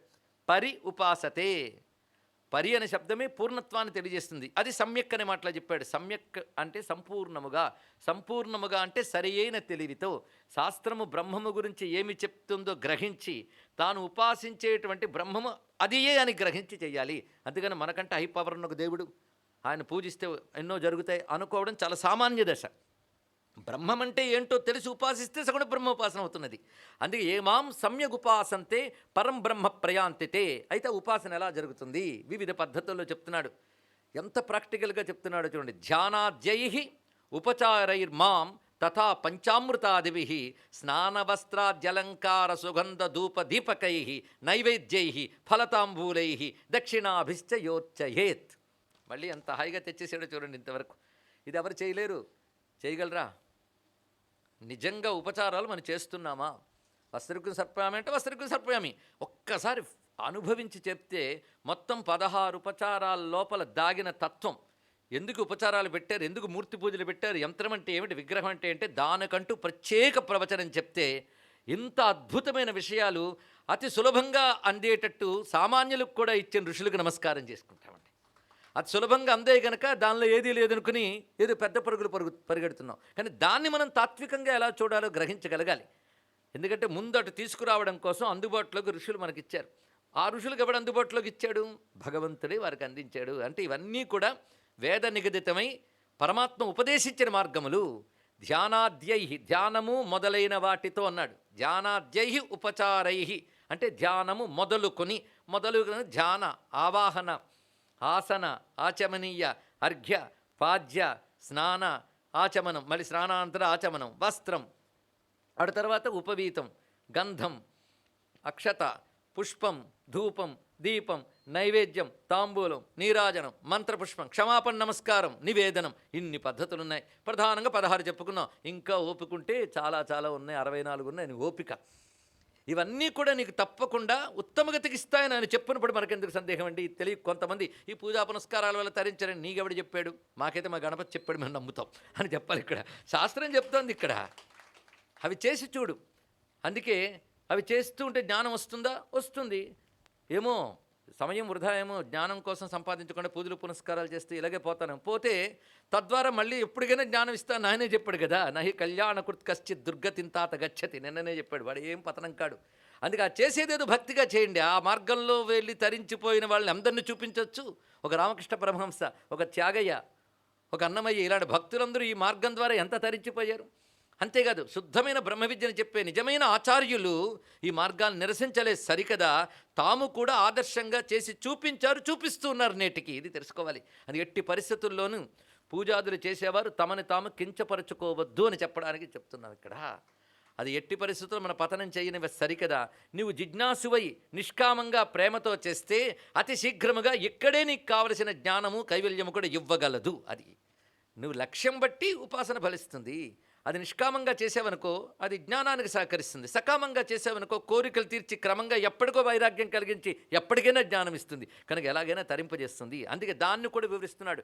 నిన్న మనకి తల వేడిక్కించేటంత వేదాంత నిన్నటి వరకు చెప్పి ఇప్పుడు ఆగా ధ్యానం, పూజ, పునస్కారం అన్నీ చెప్తున్నాడు ఇక్కడ. స్నానవస్త్రాద్యలంకార సుగంధ ధూప దీపకై పంచామృతాదిభి నైవేద్యై ఫలతాంబూలై దక్షిణాభిశ్చయోర్చయేత్. ఇవన్నీ ఎలా చేయాలి? సమ్యగుపాసంతే. అది ముందు పెట్టాడు ఇక్కడ. మళ్ళీ చివరికి చెప్తాడు భక్త్యైక చేతసా చైవా. భక్తి కలిగిన చిత్తవృత్తితో చేస్తే ఆ జీవుడికి ఇష్టము లేనివి ఉంటాయి. ఎంత కబుర్లు చెప్పినా, ఎంత వేదాంతం చెప్పినా, ఎంత జ్ఞానం కావాలన్నప్పటికీ కూడా వాసనలుగా కొన్ని ఇష్టాలు ఉంటాయి. అవన్నీ నేను తీర్చుతాను. ఎందుకంటే అవి మళ్ళీ మిగిలిపోతే కష్టం. అవన్నీ తీర్చి ఇంకా చాలు అనిపించే భావం కూడా కలిగిస్తాడు భగవంతుడు. అందుకే భక్త్యైక చేతసా చైవ తశ్రేష్టం పూరయామ్యహం ఏవం ప్రతిదినం భక్త్యా మద్భక్తో మాం సమర్చయేత్. నా భక్తుడు ఈ విధంగా నన్ను నిత్యం అర్చించాలి. అందుకే భారతీయ జీవన విధానంలో నిత్యం భగవదర్చన అనేది వచ్చింది. ప్రతి వర్ణము వారు వారి ఇష్టదైవాన్ని ఈ పద్ధతిలో పూజించుకోవచ్చు. ఇది తెలుసుకోండి ఇక్కడ. ఒక్కొక్కరు ఒక్కొక్క పద్ధతిలో. అందుకే దీనికి సమగ్రమైన స్వరంతో కూడిన వేదమంత్రాల నియమాలు ఎన్నున్నాయో సామాన్యమైన చిన్న చిన్న శ్లోకాలతో చేసుకునే విధానాలు కూడా ఋషులు ఏర్పరిచి పండితులకి కాకుండా పామరులు కూడా తరించడానికి అనువైన విధానాలు ఏర్పరిచారు. అందుకే భారతీయ సంస్కృతి అందరికీ అందుబాటులోకి అందమైన మార్గాలు ఎన్ని తెచ్చిందో అలా తెచ్చిన ఋషులందరికీ మనం నమస్కారం చేసుకుందాం. ఇది బాహ్య పూజ. అథవా లేదా మానసీం పూజాం కుర్వీత స్థిరచేతసా. మానసిక పూజ ఒకటి చేయవచ్చు సుమా. ఫలపత్రాద్యై పుష్పమూల జలాదిభి. ఫలపత్ర పుష్పమూలాలతో చేసే ప్రయత్న రూపకమైనటువంటి బాహ్య పూజ ఎలాంటి ఫలితాన్ని ఇస్తున్నదో అదేవిధంగా మానసీ పూజ కూడా ఇస్తున్నది. ఈ రెండింటికి మధ్య మరొక పూజ ఉంది, వాచిక పూజ. అది స్తోత్రాది రూపాల్లో చదివినప్పుడు ఇవి మనకు అది కూడా పూజ కిందే లభిస్తుంది సుమా. అయితే త్రివిధాస్వపి పూజాసు, 3 పూజల్లో శ్రేయసి మానసి మతా. అందులో మానసీ పూజ శ్రేయస్సు అని చెప్పబడుతుంది సుమా. ఈ రహస్యం పట్టి ఆదిశంకర భగవత్పాదుల వారు ఎన్ని మానసిక పూజా స్తోత్రాలు రచించారో తెలుసుకోవాలి. గణేశ మానస పూజా స్తోత్రం స్తోత్రం ఉందండి. అది ఒక గణేశ యోగి రచించాడు. ఇది ప్రస్తుతం గణేశ విషయం కనుక అది శంకర భగవత్పాదుల రచన కాదు. కానీ శంకరులు ఎన్ని రచించారు? అమ్మవారిపై చతుషష్ట్యుపచారాలు మానస పూజా స్తోత్రం రచించారు. రత్నే కల్పితమాసనం ఉంది, అలాగే విష్ణు మానస పూజా స్తోత్రం ఉంది, కృష్ణ మానస పూజా స్తోత్రం ఉంది. ప్రతి దానిలోనూ మానస పూజలు ఉంటాయండి. అవి శ్రేయసి మానసి మత అన్నాడు ఇక్కడ. మానసి అనే పూజ శ్రేయస్కరము. అయితే గణపతి మానస పూజా స్తోత్రం కూడా అత్యద్భుతంగా ఉంటుంది. అదొక గొప్ప యోగి రచించాడు. ఈ మానస పూజలు ప్రతివాడికి ద్రవ్యాద్యపేక్ష లేకుండా చేసుకోవచ్చు అన్నాడు. అంటే బాహ్య పూజలకు ద్రవ్యాలు ఉండాలి. ఎంత కాదన్నా అశ్వానారోహయామి ఆరోహయామి అన్నప్పుడు అక్షతలు ఇయ్యాల్సిందే. రోజు వస్త్రం సమర్పయ ఆభరణం సమర్పయామన్నప్పుడు పువ్వుల అక్షతలతోనే కాలక్షేపం చేస్తున్నాం. లేదా దూది ముక్క పెడతాం. పత్తిని ముంచేసి పసుపులోనో కుంకుమలోనో వస్త్రం సమర్పయ అంత స్వామికి ఇది అనమాట. పర్వాలేదు, దానికి తగ్గ రూపం కూడా ధరించగలడు. అయితే ఇక్కడ క్రమంగా చూసినప్పుడు నువ్వు చిన్న పసుపు ముంచిన దూది పెట్టచ్చు, కానీ భావించేటప్పుడు కూడా పసుపు పత్తిని భావించకూడదు కదా. నిత్యం వస్త్రార్థం అక్షతాన్ని సమర్పయామి, వస్త్రం సమర్పయామి నక్షత్రం, మరి వస్త్రార్థం అక్షతాన్ని సమర్పయామి అంటే వస్త్రార్థం పోయి అక్షతలు గుర్తొస్తాయి మాటికి. అందుకే భావన అనేది చాలా ప్రధానం. దీన్ని బట్టి బాహ్య పూజలు అక్కర్లేదు అన్నారు అంటే మరో పాపం. మానస పూజ ప్రధానమని చెప్పడం చేత నువ్వు బాహ్య పూజ చేసినా మానస పూజ చేస్తూ చెయ్యు అని చెప్తున్నారు. ఇది చాలా ప్రధానమైన అంశం. అందుకే భావిస్తూ పూజ చేయాలండి. భావిస్తూ పూజ చేస్తే పూజ ఇచ్చే తాదాత్మ్యం ఒక యోగ సమాధి ఇచ్చే తాదాత్మ్యానికి ఏమాత్రం తీసిపోదు, అది తెలుసుకోండి. భగవత్ తాదాత్మ్యం ప్రధానం. భగవత్ తాదాత్మ్యం ప్రధానమైనప్పుడు నువ్వు యోగముతో అంతర్ముఖుడివి ఎంత పొందుతావో, భావిస్తూ ద్రవ్యములతో చేస్తున్నప్పుడు కళ్ళు తెరిస్తే బయట ప్రపంచం కనిపించి నిన్ను చెదరగొడుతుంది అనేదానికి బాధ లేకుండా కళ్ళ ముందు ఆయన మూర్తి కనబడుతూ కళ్ళ ముందు ఆయనకు సమర్పణ చేస్తూ ఉంటే బాహ్యం భావం కూడా ఆయన అయిపోయింది కదా. అయితే హఠాత్తుగా భావం రాదు. బాహ్యం చెయ్యగా ఎప్పటికో భావం స్థిరపడుతుంది. కనుక ముందు బాహ్యం చెయ్యి, భావం నిలబెట్టడానికి భావం నిలబెట్టడానికి ప్రయత్నించినా అది కొన్ని సెకన్లు మించి ఉండదు. ఎందుకంటే మానవ స్వభావంలో బుద్ధి కేంద్రీకరించడానికి 20 సెకన్లు మించి అది నిలబడదు అని సైంటిస్టులు రుజువు చేశారు. అది యావరేజ్ హ్యూమన్ బీయింగ్ గురించి, యోగుల గురించి నిర్ణయించడానికి సైంటిస్ట్కి అర్హత లేదు, హక్కు లేదు, శక్తి లేదు. తెలుసుకోండి. ఇక్కడ ఎవడు ఊపిరి ఎంత తీసుకుంటుంది, ఎవడికి పల్సేషన్ ఎలా ఉంటుంది, ఇవన్నీ కూడా సామాన్య మానవులను లెక్క కట్టి చెప్పగలరు. కానీ సమాధి స్థితిని యోగి గురించి లెక్క కట్టడానికి ఈ సైంటిస్టుల వల్ల కాదు. ఎందుకంటే వీళ్ళు భౌతికవాదులు, వాళ్ళకి ఎక్కడ తెలుస్తుందండి, వాళ్ళకి దొరకదు. అందుకే సామాన్యంగా ప్రతి వాడికి ఏకాగ్రత నిలబడదు. కనుక వచ్చి చాలామంది ఏమంటే జపం చేస్తాం, పూజ చేస్తాం, కానీ మనస్సు నిలబడదండి అని బాధపడతారు. ఏమీ బాధపడకండి. మనస్సు నిలబడదు కనుకే జపం వచ్చింది. మనసు నిలబడితే ధ్యానం అవుతుంది, జపం అవుతుందో తెలుసుకోండి. ఇక్కడ మనసు నిలబడదు కనుకే పూజలు, ధ్యానాలు ఇవన్నీ తీసుకొచ్చారు తరించడం కోసం. ఎందుకంటే దీన్ని నిలబడకపోవడం అనేది ఎప్పటి అలవాటు. క్షణంలో ఇప్పుడు నిలబడంటే ఎక్కడ నిలబడుతుంది, అది వల్ల కాదు. అలాగని పదిలంగా కూర్చున్నప్పుడే మనస్సు ఎక్కువ పనిచేస్తుంది. అదే టీవీ సీరియల్ చూస్తున్నప్పుడు చూడండి ఎంత ఏకాగ్రంగా లీనమైపోతాం, ప్రతి పాత్రతో తాదాత్మ్యం చెందుతాం. అనే బాహ్యానికి ఏకాగ్రంగా లాగే శక్తి ఉంటుంది, ఇతరులు చెదరగొట్టకుండా. అందుకే భావించవలసిన దాన్ని బాహ్యం చేసే ప్రక్రియ ఎలా చేయాలని ఆలోచించారు ఆ ఋషి ఏం చేశారంటే, వాళ్ళు ఎలా మూర్తిని దర్శించారో ఆ మూర్తిని ఆగమంలో వర్ణించి తన్మూర్తిని శిల్పించుకో, ఇష్టానుసారం కాదు. దానికి శాస్త్రం చెప్పారు. అది ధాతువులు, ఏ ధాతువులు లేదు, దేనిలో భావిస్తే అదేనంటే కాదండి. అలాగైతే ఈ ప్రమాణంలో ఉండాలి, ఈ ధాతువు ఉండాలి, దానికి సంస్కారం చేయాలని ఎందుకు వచ్చింది? దేనిలో భావిస్తే అదే అయితే నువ్వు ఏది తోస్తే అది తెచ్చేసుకుని ఆ ముద్ద ఇంట్లో పెట్టుకుని దానిలోనే పూజించవచ్చు. సిమెంట్తో విష్ణు విగ్రహం చేసుకుని పూజించేస్తే భావన ప్రధానం కదా. విష్ణు విగ్రహం చేసి పూజించేస్తే అవుతుందా? అవదు. అయితే అఖండ భక్తి స్థాయికి చెందినవాడు ఒక పేడ ముద్దలో శివుణ్ణి ధ్యానించి ముక్తి పొందిపోతాడు, అతడు వేరే విషయం. కానీ సాధన దశలో ఉన్నటువంటి వాడు సిమెంటు బొమ్మ తెచ్చుకుని విష్ణువుని ధ్యానించాడని చెప్పారా? అక్కడ కూడదనే చెప్పింది కదా శాస్త్రం. అలాగే ఇనుము, స్టీలు ఇవి పనికిరావని ఎందుకు చెప్పే? నీ నమ్మకమే అయితే ఈ నియమం ఉంటుందా? నీ నమ్మకం కాదు. అక్కడ నువ్వు మంత్ర సహాయం, శాస్త్ర సహాయం ఏది చెప్పిందో మంత్రం శాస్త్రం దాన్ని నమ్ముతున్నావు. నువ్వు ఆ మంత్రశాస్త్రం చెప్పిన ప్రకారంగానే మూర్తి కల్పన చేసి అందులో చెప్పిన ప్రకారంగా వస్తు సముదాయం సమకూర్చుకుని అందులో చెప్పిన ప్రకారంగా మంత్రముతో ఆచమన స్నానాదులతో శుద్ధుడివై ఆ మంత్రముతో శుద్ధి చేసిన ద్రవ్యములు ఇచ్చేటప్పుడు ఒకానొక శక్తి అక్కడ కేంద్రీకృతం అవుతుంది. అది కనబడదండి అంటే కనబడితే శక్తి ఎలా అవుతుంది? అది నీలాడితే తయారవుతుంది. అక్కడ అది అతీతమైన శక్తి వస్తుంది. ఇంత ప్రక్రియ ఉందండి. అలా తప్పకుండా శక్తి అక్కడ కేంద్రీకృతం అవుతుంది. ఇది గ్రహించవలసిన పెద్ద విషయం. అది చెప్పాలంటే కొన్ని రోజులు పడేటువంటి అంశం, చెప్పుకోవలసిన అంశం కూడా, కానీ ప్రస్తుతానికి ఈ మాత్రం చాలు ఇక్కడ. ఎందుకంటే ఇంత తత్వం చెప్పి మళ్ళీ పూజల గురించి గణపతి చెప్పాడా అంటే ఆయనకు లేని అభ్యంతరం, మనకెందుకు? వరేణ్యుడే తిరిగి ప్రశ్నించలేదు కదా. కనుక అందుకే సమ్యక్ భక్త్యాచేతసా అని 2 మాటలు అటు ఇటు పెట్టి ఇందులో శ్రేయసి మానసీమత అని చెప్పడంలో మానసికమైన స్థితి ఉత్కృష్టము అనే మాట చెప్పారండి. అందుకే అటువంటి మానసిక భావన చేస్తూ చేస్తూ పొందే తాదాత్మ్యం ఎక్కువ. ఎందుకంటే మనస్సు కలిస్తేనే కదా తాదాత్మ్యం ఎక్కువ. అందుకే బాహ్య పూజలు ఎంత చేసినా భావంలోకి వెళ్ళాలి. ఒక్కొక్కప్పుడు మనం ఎక్కడున్నప్పటికీ మఠం వేసి కూర్చుని మానస పూజ అంతా చేయించండి. ఇక్కడ ఎవడడ్డాడు? ఆ మానస పూజలో చిన్న చితక నగలక్కర్లే, పైసా ఖర్చు పెట్టక్కర్లేదు. కనుక బోల్డని రత్నాభరణాలు ఇవ్వచ్చు. అమ్మవారినో గణపతినో శివుణ్ణో విష్ణువునో రాముణ్ణో కృష్ణుణ్ణో స్వర్ణరథంపై ఊరేగించవచ్చు, ఏనుగులపై ఊరేగించవచ్చు, వాటిని మేపనక్కర్లేదు. గుర్రాలపై తిప్పవచ్చు, రథాలపై తిప్పవచ్చు, ఎన్ని చేయొచ్చు. అందుకే మానస పూజ చాలా విశేషం. ఎందుకంటే ఏదైనా భావంలోకి వస్తేనే అనుభవానికి వస్తుంది. బాహ్య వస్తువైనా సరే భావంలోకి వస్తే గానీ అనుభవానికి రాదు కదా! అందుకే బ్రహ్మమును భావంలోకి తెచ్చి దాని అనుభవానికి తెచ్చుకునే ప్రయత్నం చేసే ప్రక్రియ అంత చక్కగా పెద్దలు చెప్పారు గనక భావములోన బాహ్యమునందును గోవింద గోవింద అని కొలువవో మనసా అనే మాటకు అంత విశేషమున్నదండి. మనుషులేం తక్కువ. వీళ్ళు ఈ ప్రశ్నలు వేయకముందే వాళ్ళు చెప్పారు. నదేవో విద్యతే కాష్ఠే నపాషాణే మృణ్మయే భావేహి విద్యతే దేవ తస్మాత్ భావో హి కారణం అని స్పష్టంగా ఋషులు చెప్పేసి పూజ చేసుకో పురాణ విగ్రహంలో అని చెప్పారు వాళ్ళు. అంటే విగ్రహమే దేవుడు అనలేదు, విగ్రహంలో దేవుడు అన్నారు. రెండిటికి చాలా తేడా ఉన్నది. ఎంత రమ్యమైన భావనో. అందుకే సాప్యుత్తమ మతా పూజ అనిచ్ఛయా యాకృత మమ. కనుక పూజలు మూడింటిలో గొప్పదేది మానసీ పూజ. అంతేకాదు పూజలన్నింటిలో గొప్పదేది అనిచ్ఛయా యాకృత. ఏ కోరిక లేకుండా చేసే పూజ గొప్పది. అదిగో స్థాయికి వెళ్ళిపోయాక నామగోత్రాలు కూడా పూజలో సంకల్పం చేయరండి. పరమేశ్వరి ప్రీత్యర్థం లేదా పరమేశ్వర ప్రీత్యర్థం, ఫలానా దేవతా ప్రీత్యర్థమే, దేవతా ప్రీతే ప్రధానం. అలా చేస్తారు. అందుకే అనిచ్ఛయా చేసే పూజ ఏది ఉందో అది గొప్పది అని చెప్పారు. ఇచ్ఛయా చేసే పూజ అసలు పూజ చేయని దానికంటే గొప్పది. కోరికతో చేసే పూజ అసలు పూజించని దానికంటే గొప్పది. అంతకంటే గొప్పది ఏ కోరిక లేని పూజ. హఠాత్తుగా ఏ కోరిక లేని పూజ ప్రారంభించు అంటే అలా పూజించాలని కోరికే లేదండి అంటాడు వాడు. అందుకే ముందు అలాగే చెప్పాలి.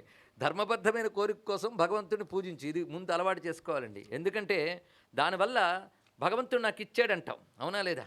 నేను భగవంతుడిని పూజించడం వల్ల నాకు ఇది లభించింది అంటావు నువ్వు.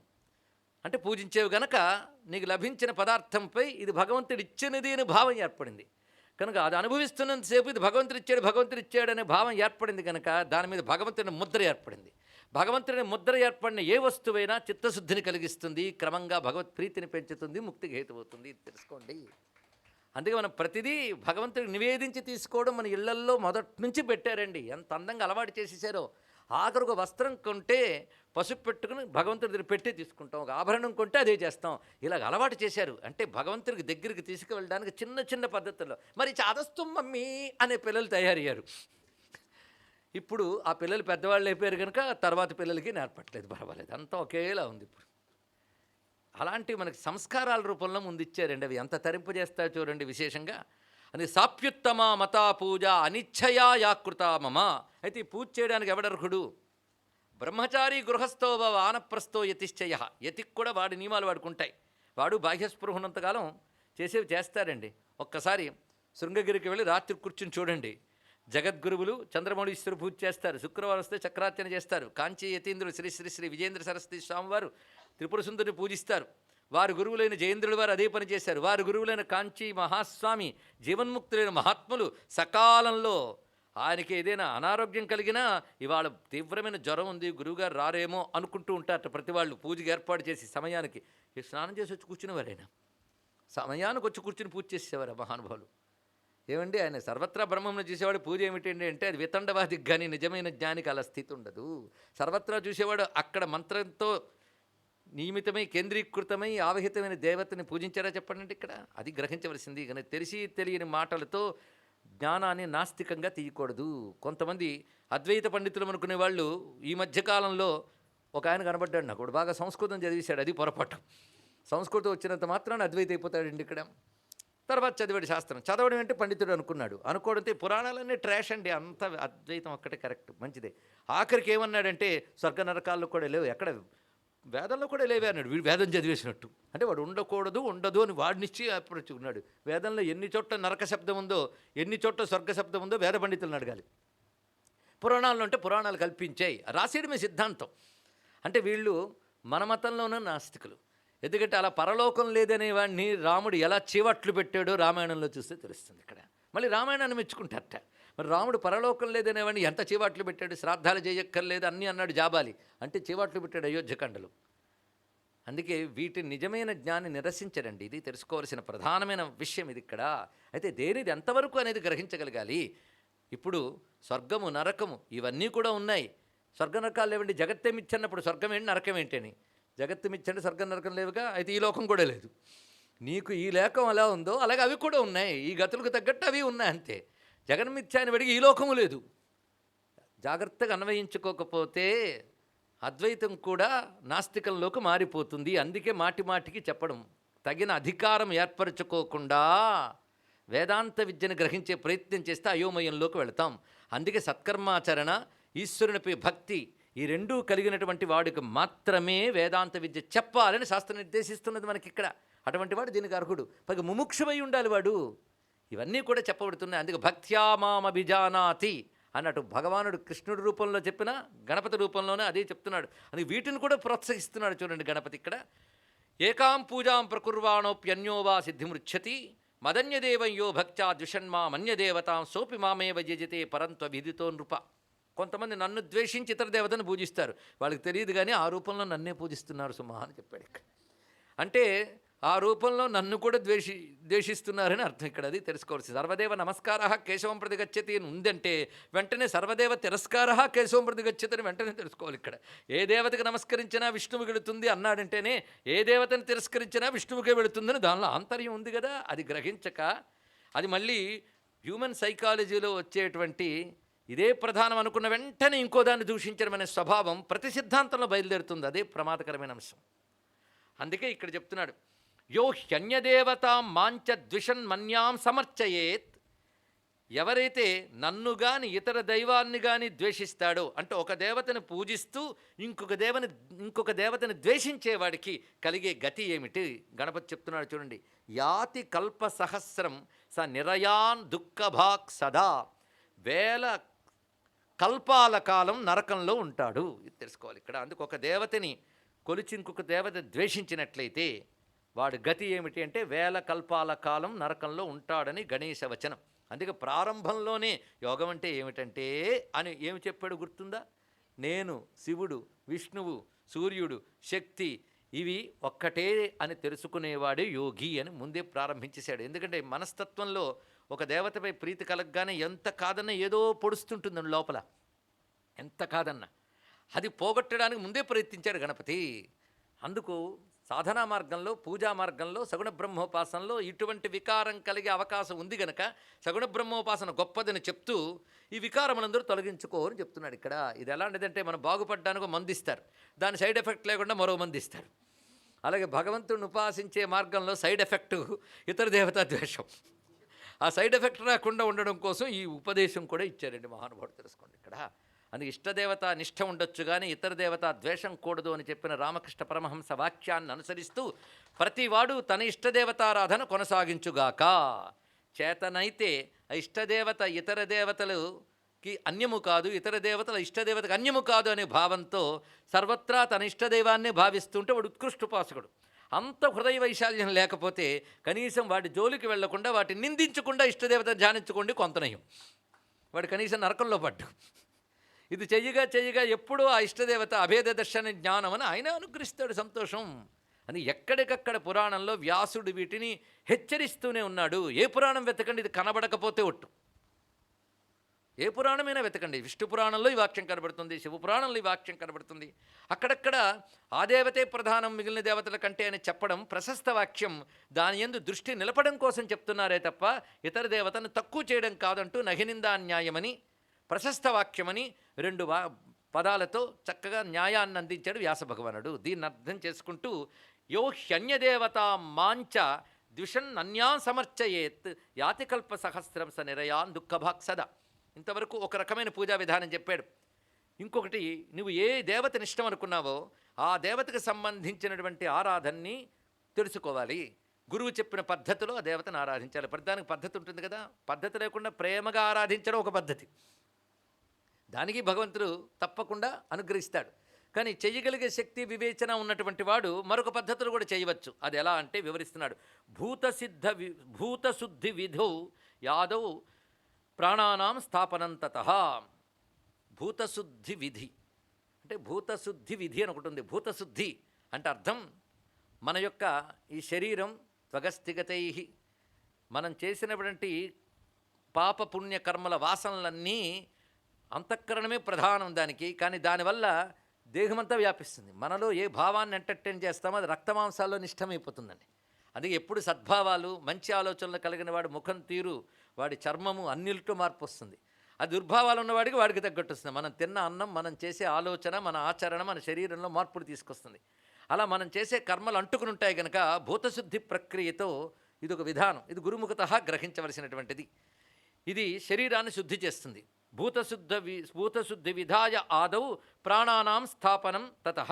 అటు తర్వాత చేసుకోవాల్సింది ప్రాణాయామాది ప్రక్రియలు చేసి ఆకృష్య చేతసో వృత్తిం తతో న్యాసముపక్రమేత్.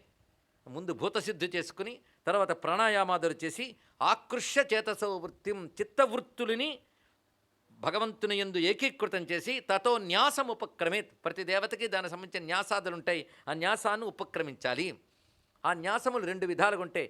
బహిః అంతః అన్నారు. బాహ్యమనందు న్యాసం చేయుట అంటే ఇంద్రియాల్లో భగవద్భావాన్ని న్యాసం చేయుట. అందుకే అంగుష్టాభ్యాం నమః, తర్జనీభ్యాం నమః ఇత్యాదులు మాత్రమే కాకుండా పాదవు, కరవు అంటూ శిరస్సు నుంచి పాదముల వరకు ఆయా మంత్రములతో దేవతాభావాన్ని న్యాసం చేస్తారండి ఇక్కడ. ఇది బహిర్న్యాసం అంతర్న్యాసం 2 ఉంటాయి. అందుకే తతో న్యాసముపక్రమేత్ కృత్వా అంతర్మాతృకాన్యాసం బహిశ్చాద షడంగకం. అంతర్మాతృకాన్యాసం చేయడం, షడంగన్యాసములు చేయడం. షడంగములు అనగా హృదయ, శిర, తెలిసిన మంత్రంలో చెప్పబడుతుంటే హృదయాయ నమః, శిరసే స్వాహ, శిఖావషట్, కవచాయుహం, అస్త్రాయుభట్, దిగ్బంధ ఇత్యాదులు బహిశ్చ షడంగక.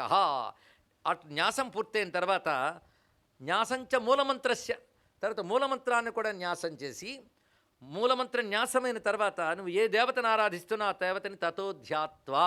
ఎంత చక్కగా చెప్పాడు. భూతశుద్ధి, ప్రాణాయామం, చేతోవృత్తిని అంతర్ముఖం చేయడం కోసం న్యాసం. న్యాసం బహిః అంతః అని 2 విధములు. ఈ న్యాసమైన తర్వాత మంత్రన్యాసం చేయాలి. మంత్రన్యాసం చేసిన తర్వాత మూర్తిని ధ్యానించాలి. బీజాపూరగదేక్షు కార్ముకరుజా చక్రాబ్జపాసోత్పల ప్రియగ్ర. ఆ మూర్తి ధ్యానం వచ్చేటప్పటికల్లా ఇంతవరకు చేసిన క్రమంతో ధ్యానం చేస్తే బుద్ధి ఆ భగవంతుడి నిలబడుతుంది. ఇది వినడమే మనం ఉపాసన కింద భావన చేస్తే బీజాపూరగదేక్షు కార్ముకరుజా చక్రాబ్జపాసోత్పల ప్రియగ్ర స్వవిషాన రత్నకలశ ప్రోజ్జత్కరాంభోరుహ ధ్యేయో వల్లభయా సపద్మకరయా సృష్టోజ్వలద్భూషయా. వాడి స్వరూపం ఎలా ఉన్నదయ్యా అంటే ఆయన అరుణకాంతులతో ప్రకాశిస్తున్నాడు.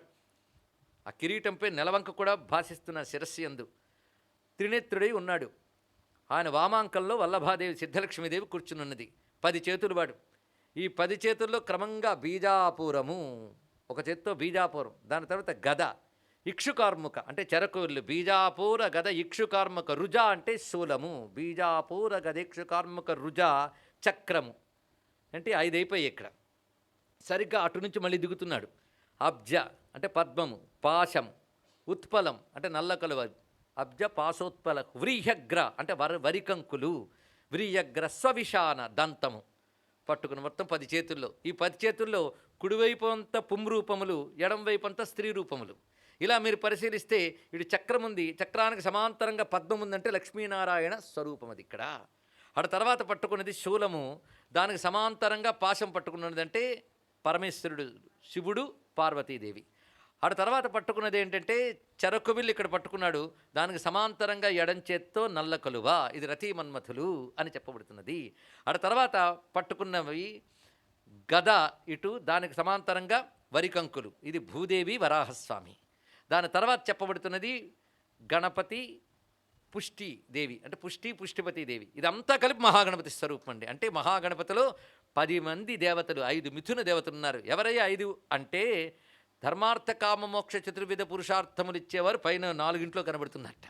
మొదట కనబడుతున్న లక్ష్మీనారాయణుడు ధర్మ పురుషార్థం, తర్వాత అర్థ పురుషార్థం, దాని తర్వాత కామ పురుషార్థం. అది స్పష్టంగా తెలుస్తున్నది అక్కడ చెరకవిల్లో పట్టుకునడంలో. దాని తర్వాత చెప్పబడుతున్నది మోక్ష పురుషార్థం, అది గ్లౌం గణపతి వరాహస్వామి యొక్క తత్వం అంట. దీనన్నిటికీ మూలమైన బ్రహ్మభూయ తత్వమే అక్కడ గణపతిగా కనిపిస్తూ బీజాపురం పట్టుకుంది. ఇది గమనించవలసింది. అలాగే 5 కూడా పంచభూత తత్వ నియామకములయ్యా అని చెప్పాడు. అది ఎలాగంటే భూతత్వం భూదేవి తత్వంలో గోచరిస్తూ ఉంటే, జలతత్వం నారాయణ తత్వంలో గోచరిస్తుంటే, అగ్నితత్వం ఆ రుద్ర పార్వతీ తత్వంలో గోచరిస్తున్నది, వాయు మనస్తత్వములు 2 రతిమనమద రూపంలో గోచరిస్తున్నాయి. ఇప్పుడు చెప్పండి, మొత్తం పంచభూతములు ప్లస్ మనస్సు కలిపితే ఈ 10 మంది మిథున దేవతలు. ఇది ఆలోచిస్తే ఇంతవరకు గణపతి రూపం అనుకుంటే, దృష్టితో మనకి ఇప్పుడు ఆయన ఎలా కనబడుతున్నాడో తత్వదృష్టితో ఆయన తప్ప జగత్తులో ఇంకేమైనా ఉందో చూడండి. మొత్తం మనం చూస్తే జగత్తంతా ఈ 10 చేతుల్లోనూ ఉంది. ధర్మార్థ కామ మోక్షములు కానీ, అదేవిధంగా పంచభూత తత్వములు కానీ, ఇవన్నీ కూడా ఈ జగత్తులోంచి మనకు కావాలి కనుక జగత్తత్వమంతా కంఠం నుంచి పాదం వరకు గోచరిస్తూ ఉంటే అనేకమంతా కిందే ఉంది చూడండి. దానికి పైన ఏకమైన కరంతో, ఏకకరం అంటే తొండం, ఆ తొండంలో రత్నకలశం పట్టుకున్నాడు. ఎలాంటి రత్నకలశం పట్టుకున్నాడని ధ్యానించాలి. ఇప్పుడు నేను వర్ణిస్తున్నాను, మీరు అనుకుంటున్నారు. కానీ గణపతి ఉత్సవాలలో పరిపూర్ణమైన 8వ రోజు మనందరం కలిసి ఈ అధ్యాయంలో భాగంగా గణపతి రూపాన్ని ధ్యానిస్తున్నాము, అర్చిస్తున్నాం. ఇది తెలుసుకోవాల్సింది ధ్యాన విధి. అలా వినగలిగితే ధన్యులమే. అందుకే చిదానందమయీం నౌమి వామోరుణ్యస్తవల్లభా మూర్తిం శ్రీ విఘ్నరాజస్య దశాస్తాం శుభాప్తయే. శుభం కలగాలంటే ఆ మూర్తిని చూడు. ఆ మూర్తి అది చిదానందమయం, చిదానందమయమైన రూపం. అది మామూలు కాదు. అది ఆ రూపమంతా కూడా ఇక్కడ కనబడుతున్నది. కంఠోర్ధ్వంతు చిన్మయ కంఠోధ జగన్మయ. కంఠం కింది స్థానమంతా జగత్ అయితే, ఈ జగద్రూపమైన దానికి చైతన్యాన్నిస్తూ పై స్థానమైన గజవదనం ప్రణవవదనం శోభిల్లుతున్నది. అందులో ఏకం అయినటువంటి ఏకదంత స్వరూపంతో గోచరిస్తున్న తుండమునందు రత్న కలశాలు పట్టుకున్నట్ట. అవి ఎలా పట్టుకున్నాడు అంటే, ఆ కలశం నుంచి రత్నాలు నిండిపోయి బయట పడుతున్నట్టు ధ్యానించమన్నాడు. కొన్ని నవరత్నములు పడుతున్నాయి, సునతా అన్నాడు ఇక్కడ. కొన్ని రత్నాలు పడుతున్నాడు, అంత నిండుగా ఉన్నది. ఇలా ధ్యానించమన్నాడు. ఈ ధ్యానాన్ని విధిలో ఒక్కొక్కదానికి ఒక్కొక్క ప్రయోజనం ఉన్నది. ఆయన యొక్క శక్తి ఏదైతుందో ఆ శక్తి సిద్ధశక్తి. గణపతిని ఆరాధిస్తే సిద్ధి లభిస్తుందని అందరికీ తెలుసు కదా. అందుకే కదా పూజ. ఎవడు ఏది చేసినా దాని సిద్ధి కావాలనుకుంటాడు. ఆఖరికి విచారణారూప జ్ఞాన సాధన చేసినా సిద్ధి కావాలనుకుంటాడు. అభిష్టాలు సిద్ధించే కర్మ చేసినా సిద్ధి కావాలనుకుంటాడు. భక్తి సాధన చేసినా సిద్ధి కావాలనుకుంటాడు. ఎవడు ఏది చేస్తే దాని సిద్ధి కోరుకుంటాడు. ఆ సిద్ధే లభించవలసిన లక్ష్మి గనక సిద్ధలక్ష్మీ మోక్షలక్ష్మీ అయినటువంటి లక్ష్మి ఉన్నదో ఆ సిద్ధలక్ష్మి ఆయన యొక్క శక్తే. ఆయన నుంచి అవిభాజ్యం గనకనే ప్రక్కన కూర్చోకుండా ఒళ్ళో కూర్చుందండి. ఇక్కడ ఆవిడ వల్లభ. వల్లభ అంటే ప్రియా అనర్థం. ప్రియ అంటే అస్థిభాతి ప్రియంలో ప్రియం. అక్కడ అస్థిభాతి అనేది గణపతి అయితే, అస్థిభాతి అనే తత్వం యొక్క ప్రియ జ్ఞానంద తత్వమే ప్రియా. ప్రియ అంటే ఆనందము అనర్థం ఇక్కడ. కనుక జ్ఞానం గణపతి అయితే ఆనందం ఆవిడ. ఆనందానికి మరొక పేరే వల్లభ. కనుక వల్లభ గణపతి అంటే ఆనంద స్వరూపమైన జ్ఞానము. అది చిదానందమయీం అనే రూపం. ఇక్కడ చిదానందమయంలో చిత్ అయిన ఆనందమైన రెండు వేరు కాదు. చిత్తులోనే ఆనందం, ఆనందమే చిత్. అది వల్లభా సమేత మహాగణపతి యొక్క తత్వాన్ని ధ్యానించాలి. ఎందుకంటే మంత్రము న్యాసము ధ్యానమిచ్చి దాని తత్వం ఇదిరా అని గురువు చెప్తాడు. అలా చెప్పిన వాడు గురువు అవుతాడు. అలాంటి గురువుని ఆశ్రయించి పద్ధతి తెలుసుకుని ధ్యాత్వా జపేన్మను. ఇంతవరకు చెప్పిన పద్ధతి ఏంటి? భూతశుద్ధి చేసుకునుట, ప్రాణాయామాదులు చేయుట, ఆ పద్ధతి ఉంది. అటు తర్వాత చేసినది అంతర్బహిర్ న్యాసములు, అటుపై మూలమంత్రము యొక్క న్యాసము, ధ్యానము, మూలమంత్ర జపము. అందుకే న్యాసంచ మూలమంత్రస్య తతో ధ్యాత్వా జపేన్మను. మను అంటే మంత్రం అని అర్థం. ఇక్కడ మంత్రాన్ని జపించాలి. జపించి స్థిరచిత్త. ధ్యానం దేనికంటే అటు తిప్పేవి కనుక స్థిరచిత్రం అయిపోయావు. అప్పుడు స్థిరచిత్తో జపేన్ మంత్రం స్థిరచిత్రమే చేయాలి. ఎలాగో యథా గురుముఖాగతం.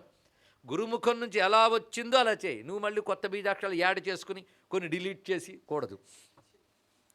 అది ఎలా వచ్చిందో అలా చేయి. స్థిరచిత్తో జపేన్ మంత్రం యథా గురుముఖాగతం. తర్వాత ఏం చేయాలి? జపన్ నివేద్య దేవాయ. దేవునికి జపాన్ని నివేదించి స్తుత్వా స్తోత్రై అనేక రకమైన స్తోత్రములతో స్తుతించడం చేయాలి. ఈ విధంగా ఏవం మాం య ఉపాసీత సలభేత్ మోక్షమవ్యయం.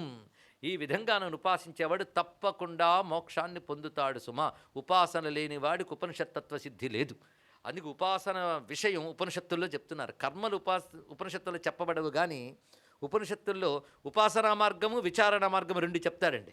ఎందుకంటే ఉపనిషత్తు రెండు చెప్పడానికి వచ్చింది. సగుణ బ్రహ్మం, నిర్గుణ బ్రహ్మం, మూర్త బ్రహ్మం, అమూర్త బ్రహ్మం గురించి చెప్తుంది. అందుకే సగుణ బ్రహ్మకు సంబంధించిన ఉపాసనలు అదే చెప్తున్నది, నిర్గుణ బ్రహ్మ జ్ఞానము చెప్తుంది. అది బృహదారణ్యక ఛాందోగ్యాది ఉపనిషత్తుల్లో ఉపాసనా సంబంధమైన విశేషాలు చాలా చెప్పాడు. అంతరాదిత్యోపాసన, దహరోపాసన, మధు విద్య ఇత్యాదులు. విద్య అంటే ఉపాసన. ఇవన్నీ చెప్తున్నాడు. అయితే ఉపాసనతోనే నువ్వు ఆగిపోయేవనుకో క్రమముక్తిని పొందుతావు.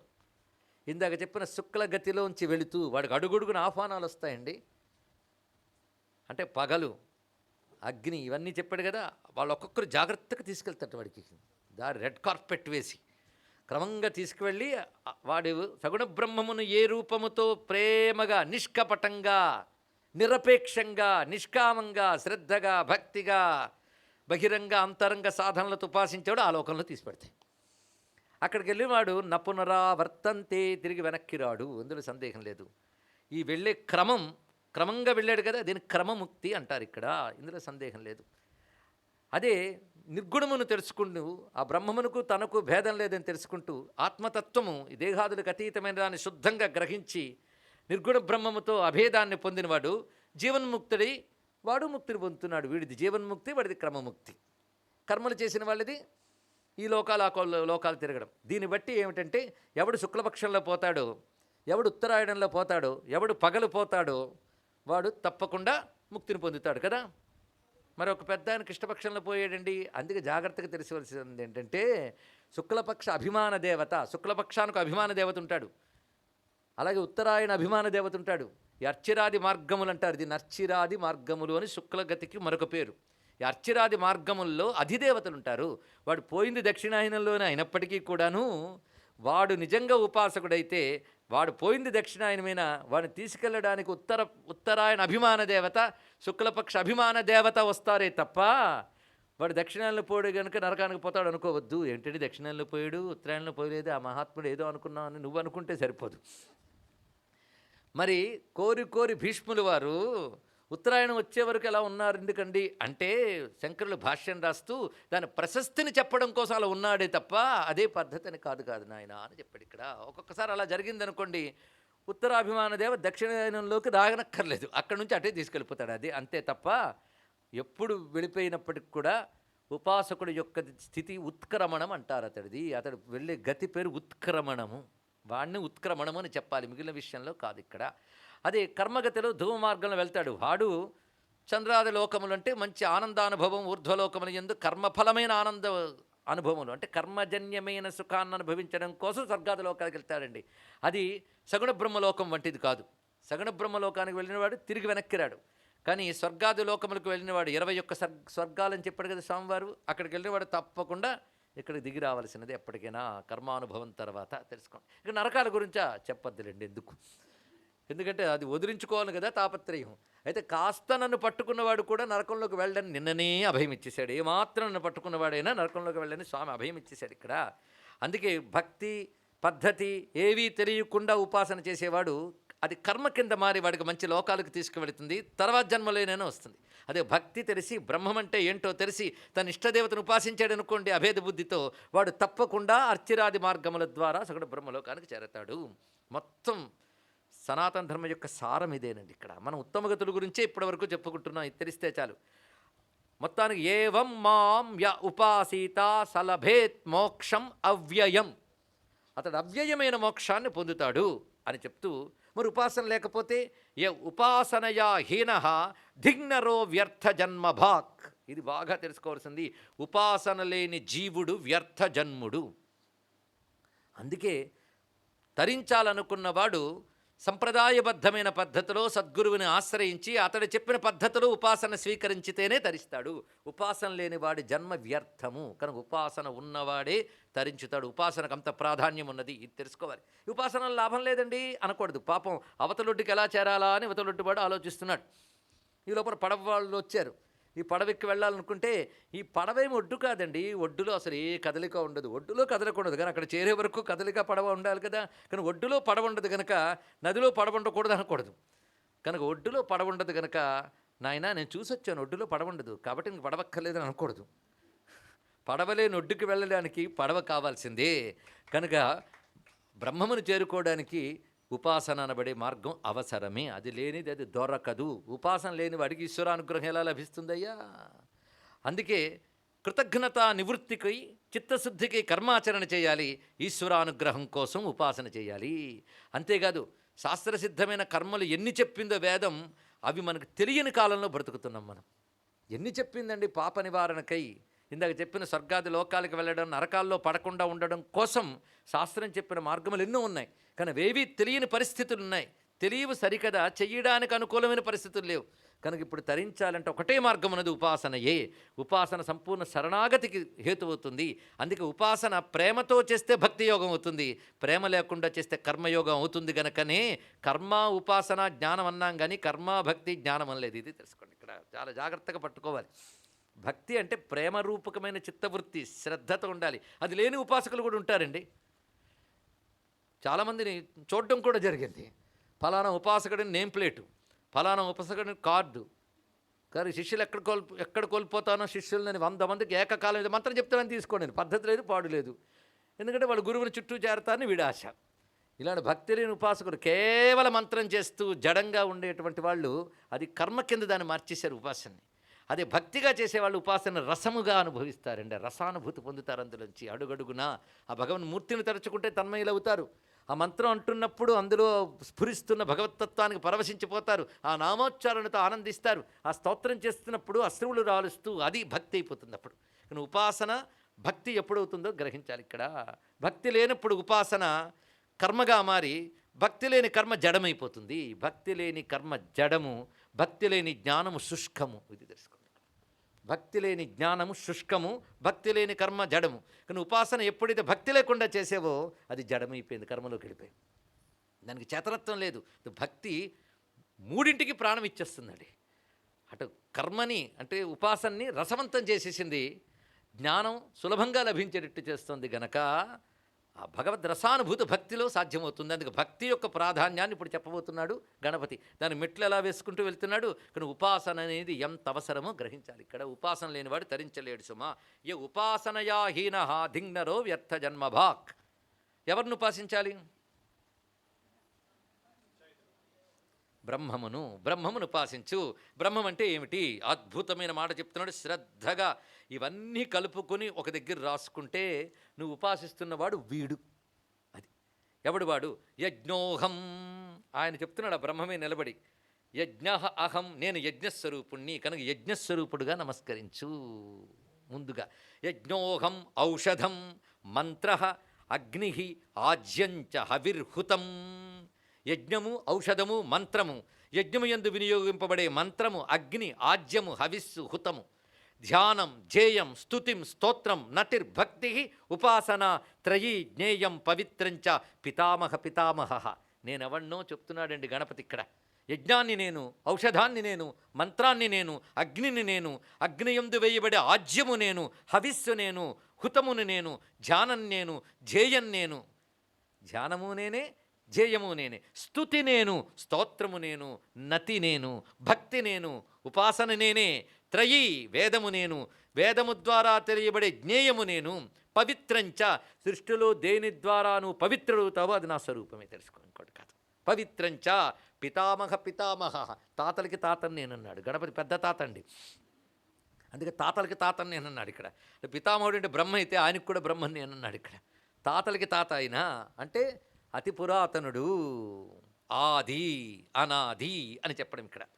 ఆ నేనే ఓంకార స్వరూపుణ్ణి, పావన పవిత్ర స్వరూపుణ్ణి. అందుకే బ్రహ్మతన్మంగళం పరం. బ్రహ్మ విచారణ ప్రారంభించగానే శుద్ధులమైపోతాయంటండి. ఎందుకంటే దీపం వెలిగించగానే వెలుగొస్తుంది, బ్రహ్మను విచారించగానే పవిత్రులమైపోతావు. దేంట్లో పావనుడు ఆయన. అందుకే ఓంకార పావన సాక్షి. సాక్షిని నేను అంటే సర్వజగత్తుని సమ్యక్ ఈ క్షణం సంపూర్ణంగా 3 కాలాలలో 3 లోకాలలో అన్నిటినీ తెలుసుకుంటున్న వాడిని నేను. తెలుసుకుంటున్నా దేనికి అంటని వాడిని నేను. కానీ సాక్షి శబ్దం చాలా గొప్పదండి. సమగ్రముగా ఈక్షించువాడు, దేనికి అంటనివాడు, రెండూ కూడా గమనించేవాడు సాక్షి. ఈ భావంతో భగవంతుని ఆరాధించాలండి. ఇలా తెలుసుకోవాలి ఇక్కడ. అందుకే ఫలానా వాడు, ఫలానా రూపం ధరించిన వాడు, ఫలానా లీల చేసిన వాడిని మాత్రమే కాకుండా ఇవన్నీ ఉన్న బ్రహ్మమే నేను ఉపాసిస్తున్నటువంటి దైవము అనేది సగుణ బ్రహ్మోపాసన అవుతుంది. సగుణ బ్రహ్మోపాసనకి దేవతారాధనకి భేదం తెలుసుకోవాలి ఇక్కడ. ఇది బ్రహ్మము. ఓంకార పావన సాక్షి ప్రభువు అంటే సర్వసమర్థ, ఇది అర్థం. మిత్రం, ఆయన మించిన మిత్రుడు లేడు. గతి, ఆయనే గతి. లయ, సర్వము లీనం చేసుకునేవాడు. ఉత్పత్తి, పోషక, బీజం, శరణం, దిక్కైనవాడు.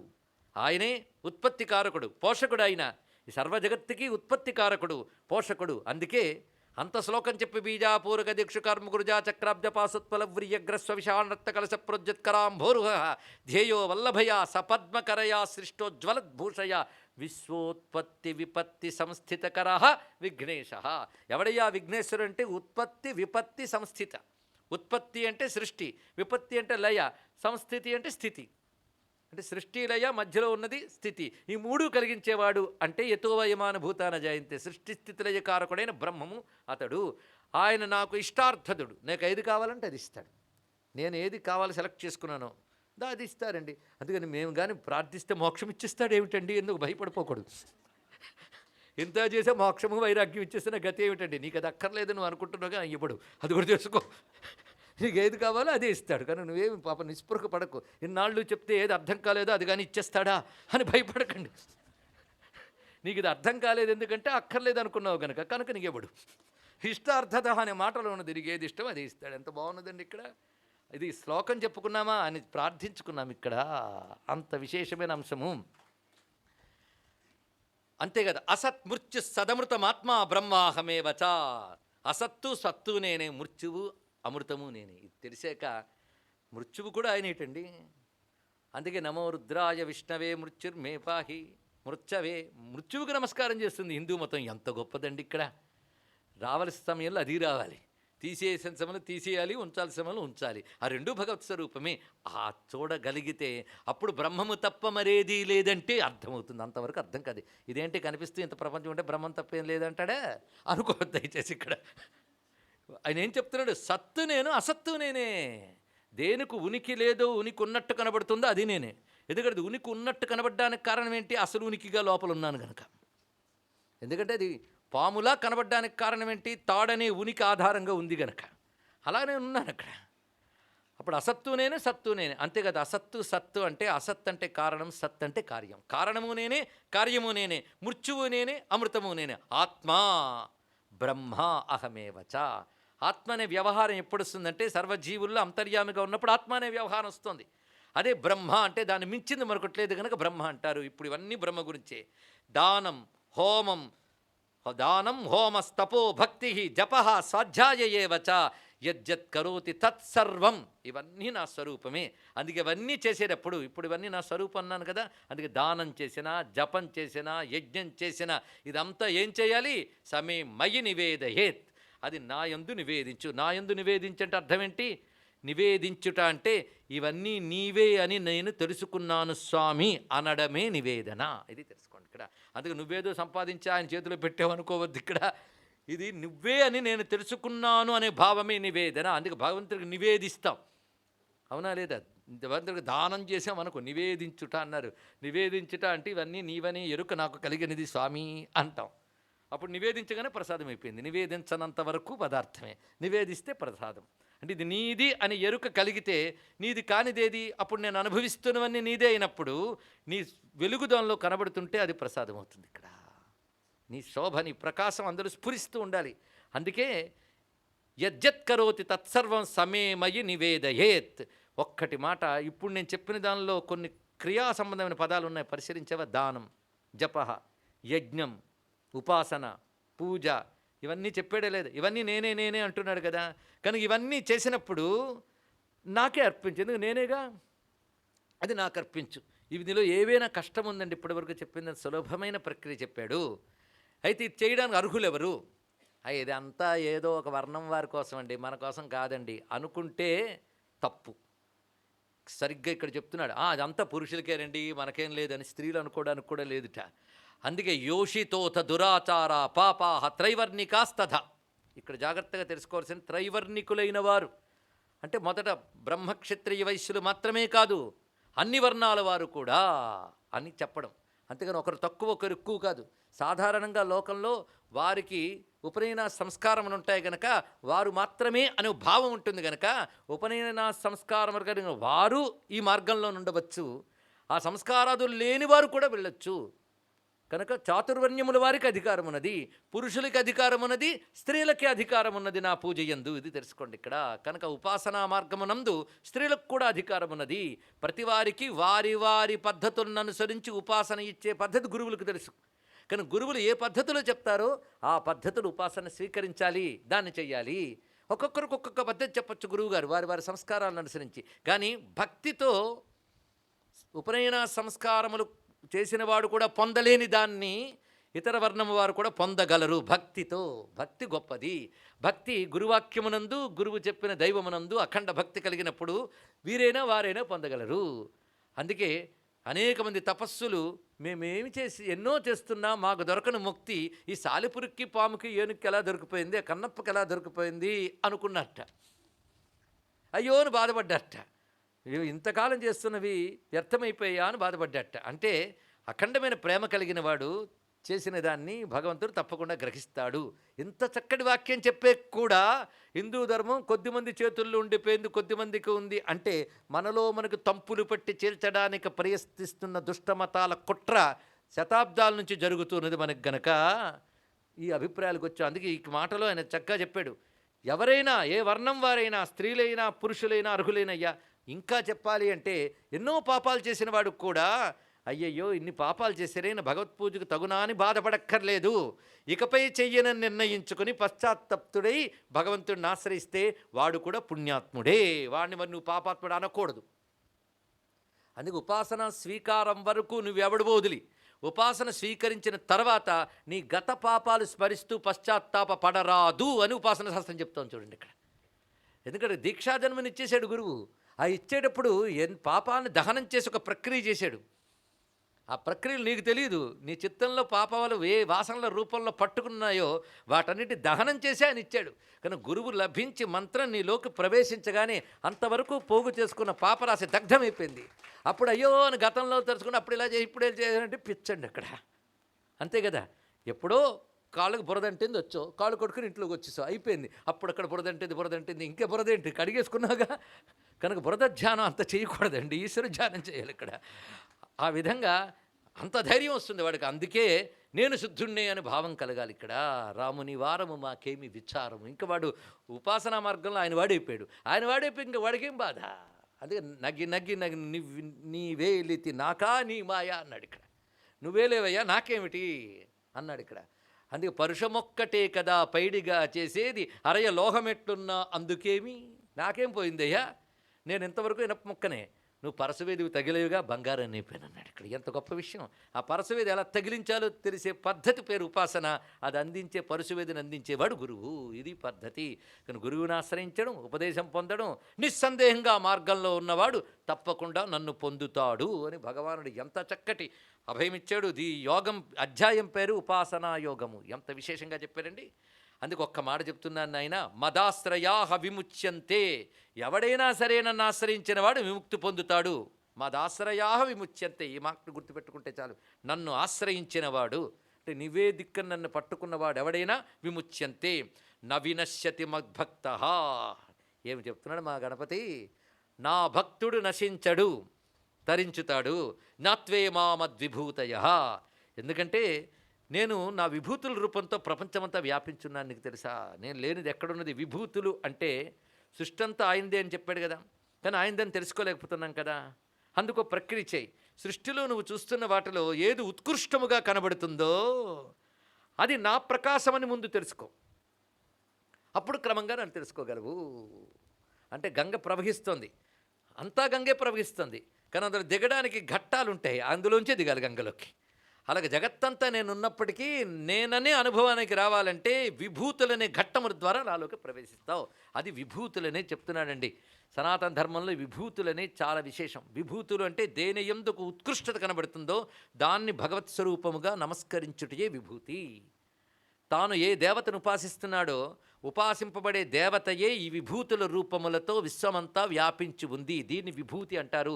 విభూతి అంటే భస్మం అని మాత్రమే అర్థం కాదు. విభూతి అంటే ఐశ్వర్యం. ఐశ్వర్యం అంటే ఈశ్వరస్య భావం ఐశ్వర్యం. ఆ పరమేశ్వరుడి యొక్క ప్రకాశం దేనిలో కనబడుతుందో అది. అవునా లేదా? కొన్నిట్లో స్ఫుటంగా కనబడుతుంది, కొన్నిట్లో అది మాంద్యంగా కనబడుతుంది. ఆయన భేదం కాదు, ఉపాధి భేదం బట్టి. ఇది తెలుసుకోమని అనేకమాలు చెప్పుకున్నాం. తారు అద్దినటువంటి గాజుని దీపం దగ్గర పెడితే దీపకాంతి రాదు. ఒకవేళ కాంతి కనబడ్డా నల్లగా కనబడుతుంది, స్పష్టంగా కనబడదు. ఆ తారు తీసేసినటువంటి అద్దం పెడితే దీపం యొక్క అసలు స్వరూపం కనబడుతుంది. కానీ దీపం యొక్క అసలు స్వరూపం అంటే ఎటువంటి గాజును పెట్టుకోవాలి నువ్వు? తారు లేనిది. కనుక తారు లేనటువంటి గాజు ముక్క ఈశ్వర స్వరూపమైన దీపానికి విభూతి అవుతుంది. ఇది తెలుసుకో. ఆ విభూతి అక్కడి నుంచి గమనిస్తాం. అందుకే విభూతులు పట్టుకున్నట అంటే భగవంతుని యొక్క ఏ దివ్యత్వ శక్తి ఉన్నదో, ఉత్కృష్టత ఉన్నదో, దేని నుంచి లభిస్తుందో దాన్ని భగవంతుడిగా ఆరాధించడం మొదట అలవాటు చేసుకుంటే, ఈ విభూతులు క్రమంగా పట్టుకుంటే తర్వాత ఏం తెలుస్తుందంటే భగవద్విభూతి కానిది లేదంటాం. దీంట్లో ఇది గొప్పది, దీంట్లో ఇది గొప్పది, దీంట్లో ఇది గొప్పది అని క్రమంగా వెళుతూ గొప్పది కానిదేదియా అంతా గొప్పది అంటావు. అంతా గొప్పతనం ఎవరిది? గొప్పవాడిని భగవంతునిది. కనుక విభూతి యోగం విశ్వరూప సందర్శన యోగంలోకి తీసుకువెళ్ళి విశ్వరూప సందర్శన యోగం విశ్వాతీతమైన బ్రహ్మతత్వంలోకి వెళుతుంది. కానీ విభూతి, విశ్వరూపం, విశ్వాతీతం. నువ్వెందులో ఉన్నావు? గణేష్ గీతలో అనుకోండి,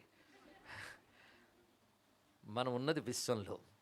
కనుక విశ్వంలోంచి మనం తరించాలి అంటే ముందుగా విభూతులను ఉపాసించు. అంటే నన్ను ఆరాధించడం, విగ్రహం నందు మంత్రమనందు జపంతో ఆరాధించడం ఒక పద్ధతి. నువ్వు కళ్ళు తెరిచి బయటకు రాగానే ప్రపంచంలో కనబడుతున్న విభూతుల్లో కూడా నన్ను చూడు. క్రమంగా విశ్వమంతా నా రూపంగా భావించు. ఆడ తర్వాత విశ్వాతీతమైన నా తత్వం తెలుస్తుంది. ఒక ఆయన ఎక్కడుంటాడంటే ఇంట్లో ఉంటాడన్నాం. ఇంట్లోకి వెళ్ళాక ఇంట్లో ఆయన వచ్చాక ఇల్లు ఇంక పోయింది, ఆయనే మిగిలాడు. అవునా లేదా? అది విభూతుల నుంచి విశ్వం నుంచి విశ్వాతీతుల్లోకి వెళ్ళే పద్ధతి అండి. ఇక్కడ ఈ పద్ధతిని ఎంత అందంగా ఇస్తున్నాడు ఇక్కడ. అందుకే జ్ఞాత్వే మా మద్విభూతయ ప్రభవం మే విభూతిశ్చ నదేవా ఋషయో విదుహు నానా విభూతిభిరహం వ్యాప్య విశ్వం ప్రతిష్ఠిత. ఈ విభూతులు మీరు చెప్తున్నారు కానీ అంత గట్టిగా మాకు అర్థం కాలేదని చెప్పాలంటే, నీకు కాదయ్యా, ఋషులకి దేవతలకు కూడా నా విభూతులు అర్థం కావని చెప్పాడు భగవానుడు. అంటే నిజంగా అందులో ఇంప్లికేషన్ చూడండి ఆ మాటలు. నిజమే, ఆయన విభూతులు ఎంత చెప్పినా అర్థం కావడం కష్టం. అర్థమైతే మాత్రం ఎగిరి గెంతేస్తావు. అడుగడుగున ఆయన చూస్తున్న ఫీల్లోకి వెళతావు. ఆయన చెప్పాడు ఇక్కడ సూర్యుడిలో వెలుగు నేను అన్నప్పుడు, నిన్ననే విన్నాంగా, సూర్యుడిలో వెలుగు నేను చెప్పాడే లేదా ఆయన నిన్న. అప్పుడు పొద్దున్నే సూర్యుని చూడగానే ఆయన గుర్తొచ్చాడా? రావాలండి, వచ్చే ఆయన గీత మీకు ఫలించినట్టే. అలాగే నీటిలో రుచిని నేను అన్నప్పుడు మీరు తాగడానికి పట్టుకుంటే కనబడాలి, ఆనందంతో కంపించిపోవాలి, అప్పుడు ఆయన దర్శనం అయిపోయినట్టు ఆ స్థితి రావాలి. ఇది చెప్పిన మాటని స్మరించి శ్రద్ధ కలిగితే వచ్చిందా లేదా? శ్రద్ధ కలగాలి. కానీ ఆయన చెప్పాడు కానీ అదే సూర్యుడికి అన్నీ అంటున్నాం మనం. అంటే విభూతులు చెప్పినా గ్రహించడం కష్టమైందా లేదా? నీకే కాదయ్యా, అందరికీ ఇదే. ఎందుకంటే ఈ ఉపాధులకు అంటుకుపోయిన జీవుడికి వచ్చిన అజ్ఞానపు లక్షణం అది. అందుకే గురువాక్యం మీద అఖండమైన విశ్వాసంతో, శాస్త్రంపై శ్రద్ధతో భావించాల్సిందే. అందుకే మనం సూర్యుడికి నమస్కారం చేసుకో, చంద్రుడికి నమస్కారం చేసుకో, నదికి నమస్కారం చేసుకో అని ఎందుకు చెప్పారు? ఆవుకి నమస్కారం చేసుకో. అరే సృష్టించలే కారకుడై పుట్టుక చావు లేనివాడు భగవంతుడు ఎక్కడ? పుట్టి చచ్చే ఆవును పూజిస్తారు హిందువులు అని వెకిలి నవ్వితే అవును కదా అని మన వెకిలిగా మనం అనుకుంటాం. అరే విభూతయ్యా ఆవు, పుట్టి చచ్చేది ఆవు కావచ్చు, దాని ఉపాధులుంచి కనబడుతున్న ఈశ్వరత్వాన్ని మా ఋషి దర్శించాడు. నేను దర్శించలేను కనుక నన్ను ధ్యానించమన్నాడు, పూజించమన్నాడు. ఈ విభూతుల ఉపాసన వల్ల ఆ విభూతుల ద్వారా నా అనుగ్రహం వాడికి లభిస్తుంది. ఆఖరికి నామరూపాలు లేని సర్వవ్యాపకమైన తత్వం నాకు తెలుస్తుంది. అందుకే భగవంతుడికి నామరూపాలు లేవు అని చెప్పినది హిందూ మతమే. భగవంతుడు మనల్ని అనుగ్రహించడానికి దివ్యనామ రూపాలు స్వీకరిస్తాడు. అది ఉపాస్యమైన స్వరూపం. కనుక భగవాను ఇప్పుడు మనం ఎలా కొలుచుకుంటున్నామో చూడండి. నిర్గుణుడు నిరాకారుడు ఉన్నది అక్కడ ఉండనియండి, నామరూపాలు లేనిది. నువ్వు ఉపాసించడం కోసం ఆయన ఋషులకు కనబడినటువంటి గణపతో శివుడో రాముడు, ఇది రెండవది. గుర్తున్నదా? మూడవది నువ్వు చూస్తున్న విశ్వం. ఈ మూడు కలిపి భగవంతుడు.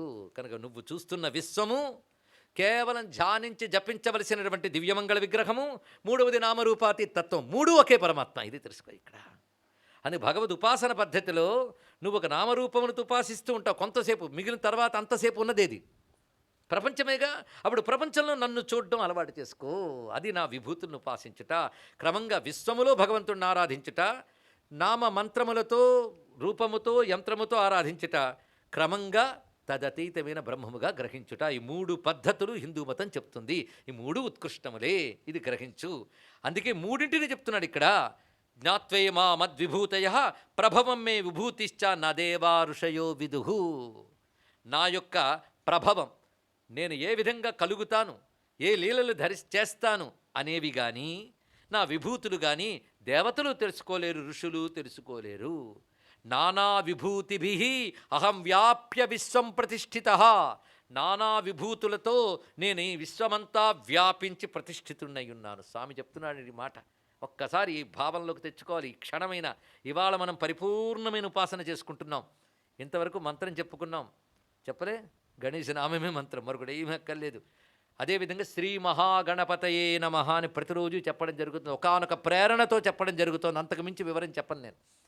శ్రీ మహాగణపతయే నమః అనే మాటలో ఒక బీజాక్షరం దాగిపోయి ఉన్నదండి. ఉపాసకులకు తెలుస్తుంది. శ్రీం మహాగణపతుల శ్రీం అనే బీజాక్షరం ఉంది. అది అంత చక్కగా లీనమైపోయింది. శ్రీ మహాగణపతయ్యలో శ్రీ అంటే సిద్ధలక్ష్మి వల్లభ, మహాగణపతి అంటే ఆ స్వరూపము. అందుకే అది పరిపూర్ణమైన మంత్రం. ఆ మంత్రం ద్వారా ఉపాసించవలసింది వాణ్ణి. అయింది కదా. ఇప్పుడు ఆయన ఎలా దర్శించావు? విభూతులుగా చూడడం మొదలుపెట్టాలి.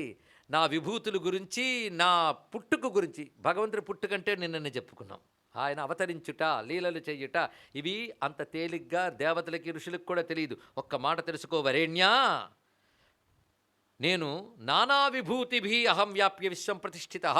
నానా విభూతులతో విశ్వమంతా వ్యాపించాను గనకనే విశ్వము నిలిచి ఉన్నది ఇక్కడ.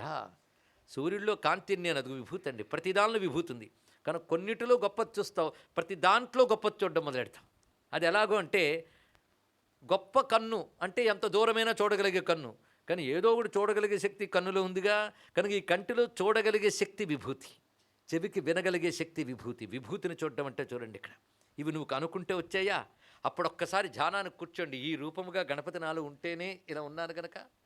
కన్ను అనే దాంట్లో చూపుగా, చెవి అనే దానిలో వినికిడిగా, నోటిలో తడిగా, కాలిలో కదలికగా, చేతిలో పట్టుగా, చర్మములో స్పర్శగా. ఒక్కసారి ధ్యానించండి. పుస్తకాలు వెతకక్కర్లే.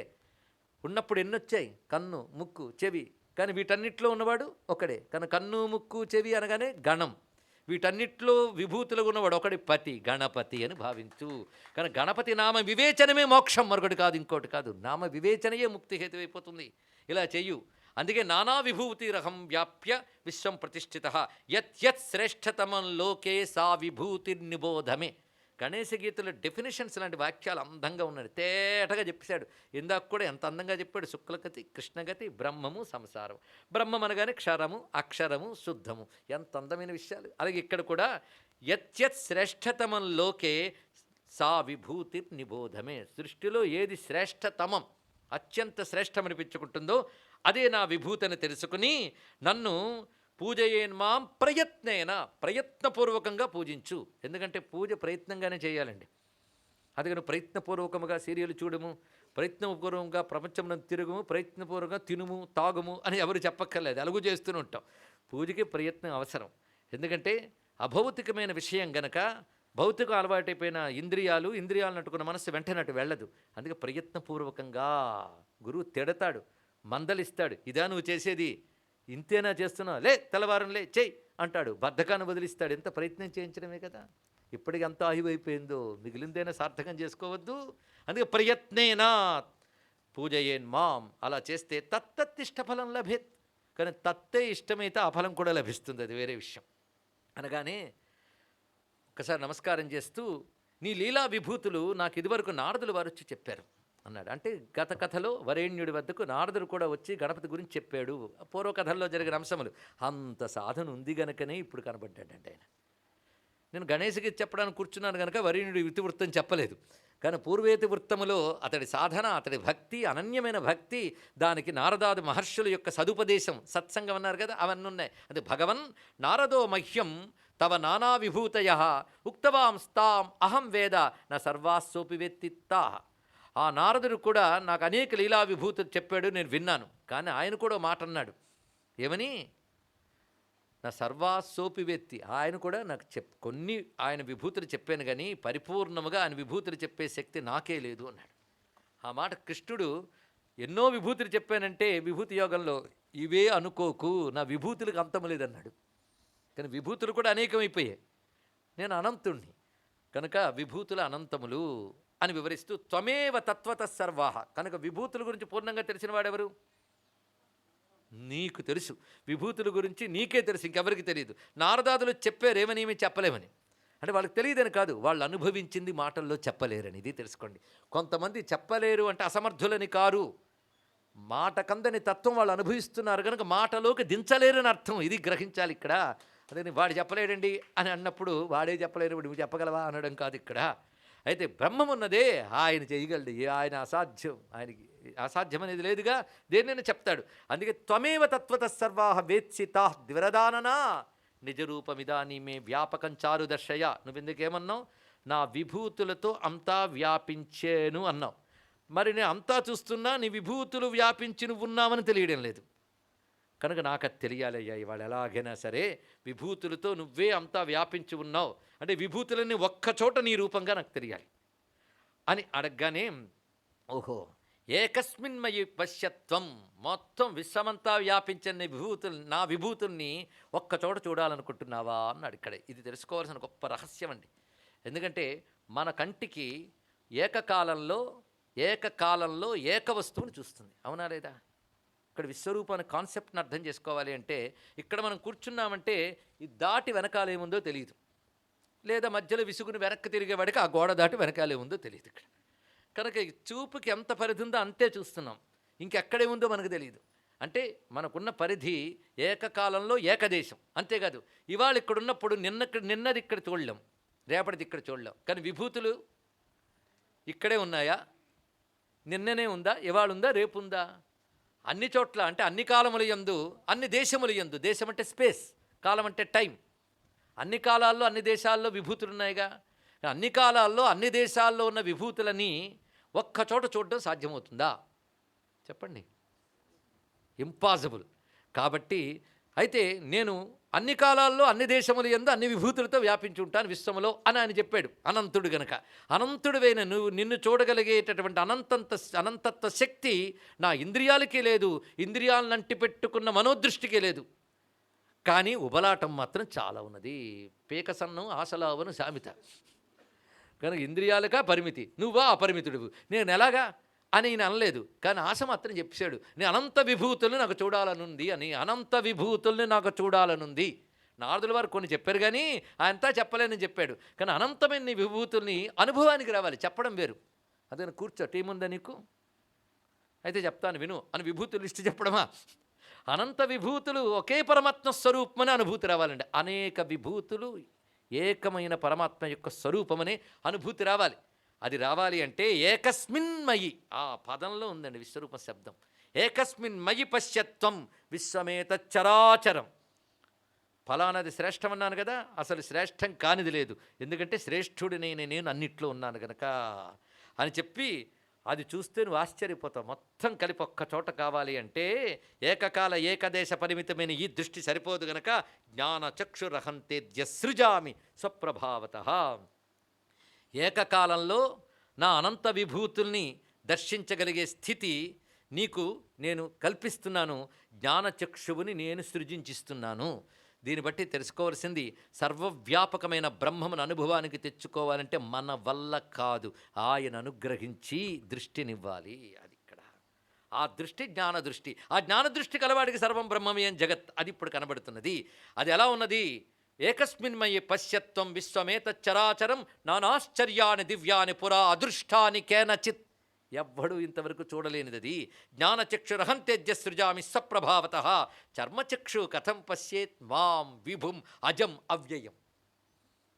విభు అనే మాటకి విశేషేణ భవతి ఇది విభు. వివిధములుగా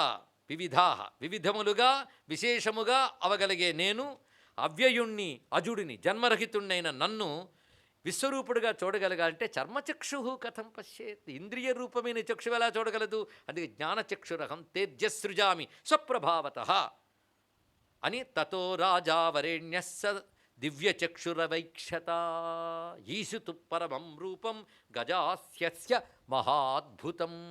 ఆ ఏనుగు మోము వాని అద్భుత విరాట్ రూపాన్ని చూడడానికి తగినటువంటి నేత్రాన్ని వరేణ్యునికి అనుగ్రహించాడు గజానుడు.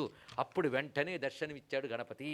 ఆ చూపు కనబడ్డవాడు ఎలా ఉన్నాడయ్యా అంటే అసంఖ్యవక్త్రం లలితం అసంఖ్యాంఘ్రికరం మహత్ అనులిప్తం సుగంధేన దివ్యభూషాంబరస్రజం అసంఖ్యనయనం కోటి సూర్యరశ్మిధృతాయుధం తద్వష్మని త్రయో లోకాః దృష్టాస్తేన పృథగ్విధాః. అది అసంఖ్యమైన వదనాలతోనూ, అసంఖ్యమైన కరచరణాలతోనూ, అసంఖ్యమైన ఆయుధాలతోనూ, గంధపు పూతలతో, భూషణాలతో, దివ్యవస్త్రాలతో, పూలదండలతో అలంకరించుకుని అంటే అన్నీ ఏకరూపముగా దర్శనమిస్తున్నాయి. ఒకే గణపతి మహారూపమునందు సర్వ జగద్విభూతులు దర్శనమిస్తున్నాయి. అసంఖ్యనయనం కోటి సూర్యరశ్మి ధృతాయుధం. కోటి సూర్యుల కాంతులను ప్రసరింపజేస్తూ అనేక ఆయుధములు ధరించిన వాడై తన కాంతి పరంపరల్లో ప్రకాశిస్తున్న ముల్లోకాల్ని తనలో చూపిస్తున్నాడు స్వామి. ఆ రూపం పేరు ఐశ్వరం రూపం. ఐశ్వరం. ఐశ్వరం ఈశావాస్యమిదం సర్వం అనే మాట యొక్క అనుభవమే ఐశ్వరం రూపం, ఈశ్వర రూపం. దృష్ట్వైశ్వరం పరం రూపం, అది చూడగానే ఒళ్ళు వణికిపోయింది. ఎంత దివ్య దృష్టి ఇచ్చిన అంటే ఒకానొక మానుషానికి అసాధ్యమైనటువంటి ఒక దృష్టినిచ్చినప్పటికీ కూడా అతని యొక్క జీవభావం భరించలేకపోయిందండి ఆ మహాతత్వాన్ని చూసి. అందుకే ప్రకంపితమైపోతుంది. భగవద్ అనుగ్రహం వల్ల అనుభూతి లభిస్తున్నప్పటికీ కూడా తట్టుకోలేని ఒక తత్వంలోకి వెళ్ళిపోయి దృష్టైశ్వరం పరం రూపం ప్రణమ్య, అది ఆనందంతో కూడినటువంటి సంభ్రమం, ఒక అఖండమైన ఆనందానుభవం కలుగుతున్నది. అనంతత్వాన్ని చూస్తున్నటువంటి సంభ్రమం కలుగుతున్నది. దానితో స నృపో అబ్రవీత్ వీక్షేహం తవ దేహేస్మిన్ దేవాన్ ఋషిగణాన్ పితృన్. ఇక్కడ విరాట్ రూప వర్ణన స్తోత్రంలో చూపించారండి. వరేణ్యుడు ఏం చూస్తున్నాడో వరేణ్యుడు చెప్తున్న మిషతో గణపతి విరాట్ రూపాన్ని చూపిస్తున్నాడు. ఇంతవరకు బీజాపూర గదీక్ష కార్మకురుజా అయిన స్వరూపము ఇప్పుడు మన కోసం విరాట్ రూపమై వాళ్ళ దర్శనమిస్తున్నది. ఏ విధంగా కనబడుతున్నట్టే, స్వామి నీలో నాకు దేవతలు, ఋషులు, పితృగణములు, పాతాళములు, సముద్రములు, సర్వద్వీపములు, పర్వతాలు, సప్త మహర్షులు అందరూ గోచరిస్తున్నారు. వీక్షేహం తవ దేహస్మిన్ దేవాన్ ఋషిగణాన్ పితృన్ పాతాళానాం సముద్రాణం ద్వీపానాం చైవ భూభృతాం మహర్షీణాం సప్తకంచ నానార్థై సంకులం విభో భూంతరిక్షం స్వర్గాంశ్చ మనుష్యోరగ రాక్షసాన్ బ్రహ్మ విష్ణు మహేశేంద్రాన్ దేవాన్ జంతున్ అనేకధా అనాజ్జనంతం లోకాదిం అనంతభుజ శీర్షకం ప్రదీప్తానల సంకాశం అప్రమేయం పురాతనం. ఎందరు గోచరిస్తున్నారు చూడండి. భువి, అంతరిక్షము, స్వర్గములు, మనుష్య, ఉరగ, రాక్షస గణములు, బ్రహ్మ విష్ణు ఇంద్రాది దేవతలు, అనేక రకమైన జంతువులు, అనాద్యనంతం, ఎక్కడ మొదలో ఎక్కడ చివరో తెలియడం లేదు. నువ్వు కొండను చూసినా కొన మొదలు చెప్పగలవు, ఇక్కడ కొన మొదళ్ళు తెలియట్లేదు. లోకాదిం అనంత భుజ శీర్షకం ప్రదీప్త అనల సంకాసం అప్రమేయం పురాతనం. కిరీట కుండలధరం, ఆ విరాట్ రూపంలో మరి కిరీట కుండలధరం, దుర్నిరీక్షం, కిరీట కుండలాలు ఉన్నాయట, అలాంటి ముఖాలు ఎన్నో ఉన్నాయి సహస్రములుగా. కిరీట కుండలధరం దుర్నిరీక్షం, చూడడానికి సాధ్యం కానంత మిరుమిట్లు గొలుపుతూ ఉన్నటువంటి స్వరూపం. ముదావహం, ఆనందాన్ని కలిగిస్తున్నది. ఏతాదృశంచ వీక్షేత్వా విశాల వక్షసం ప్రభుం, విశాలమైన వక్షస్థలం, అందులో అనేక మంది కనబడుతున్నారు. సుర విద్యాధరైర్యక్షై కిన్నరై మునిమానుషై నృత్యద్భి అప్సరోభిశ్చ గంధర్వైర్గానతత్పరై వసు రుద్ర ఆదిత్యగణై సిద్ధై సాధ్యైర్ముదాయుతై సేవ్యమానం మహాభక్త్యా వీక్షమాణం సువిస్మితై వేత్తారమక్షరం వేద్యం ధర్మగోప్తారమీశ్వరం పాతాళాని దిశ స్వర్గాన్ భువం వ్యాప్య అఖిలం స్థితాం భీతాహ లోకాస్తదాచాహమేవం త్వాం వీక్షరూపిణం. ఆ మహావిరాట్ రూపాన్ని చూస్తూ నీలో ఉన్న దేవతలు నీ రూపాన్ని చూస్తున్నప్పుడు సంభ్రములే నీకు నమస్కరించడం నాకు కనబడుతున్నది. నానా దంష్ట్రాకరాళంచ నానా విద్యా విశారదం ప్రళయానల దీప్తాస్యం జటిలంచ నభస్పృశం దృష్ట్వా గణేశా తే రూపం అహం భ్రాంత ఇవాభవం. ఆ రూపాన్ని చూస్తూ ఉంటే మతిపోతుందయ్యా అన్నాడు. మతిపోతుందని మాట మనం అంటుంటాం కదా. దేవాహ మనుష్యాహ నాగాజ్యా కళాస్త్వదుదరేశయాహ. ఉదరే అంటే లోపలి భాగమునందు ఏదైతే భగవంతునికి వేరుగా ఉందనుకుంటున్నామో జగత్తంతా ఆయన యందే గోచరిస్తూ ఉన్నది. ఇక్కడ నానాయోని భుజశ్చాంతే త్వయేవ ప్రవశంతిచ, అంతేకాదు అనేకము నీ నుంచి కలుగుతూ నీ యందు పెరుగుతూ తిరిగి నీలో లయమవడం కూడా నాకు కనబడుతుంది. ఇక్కడ అంటే సృష్టి స్థితి లయలు మూడు కనబడుతున్నాయి. ఒక మహాసముద్రాన్ని చూసినప్పుడు అందులో కెరటాలు పుట్టి పెరిగి లోపలికి లీనమైనట్లుగా నీ యందు సర్వజగత్తు పుట్టడం పెరగడం లయమవడం కనబడుతున్నది. పుడుతూ పెరుగుతున్న జగత్తంతా చూపిస్తూ పుట్టుగా పెరుగుట తరుగుట లేని నీ మహాస్వరూపం దర్శనమిస్తున్న స్వామి.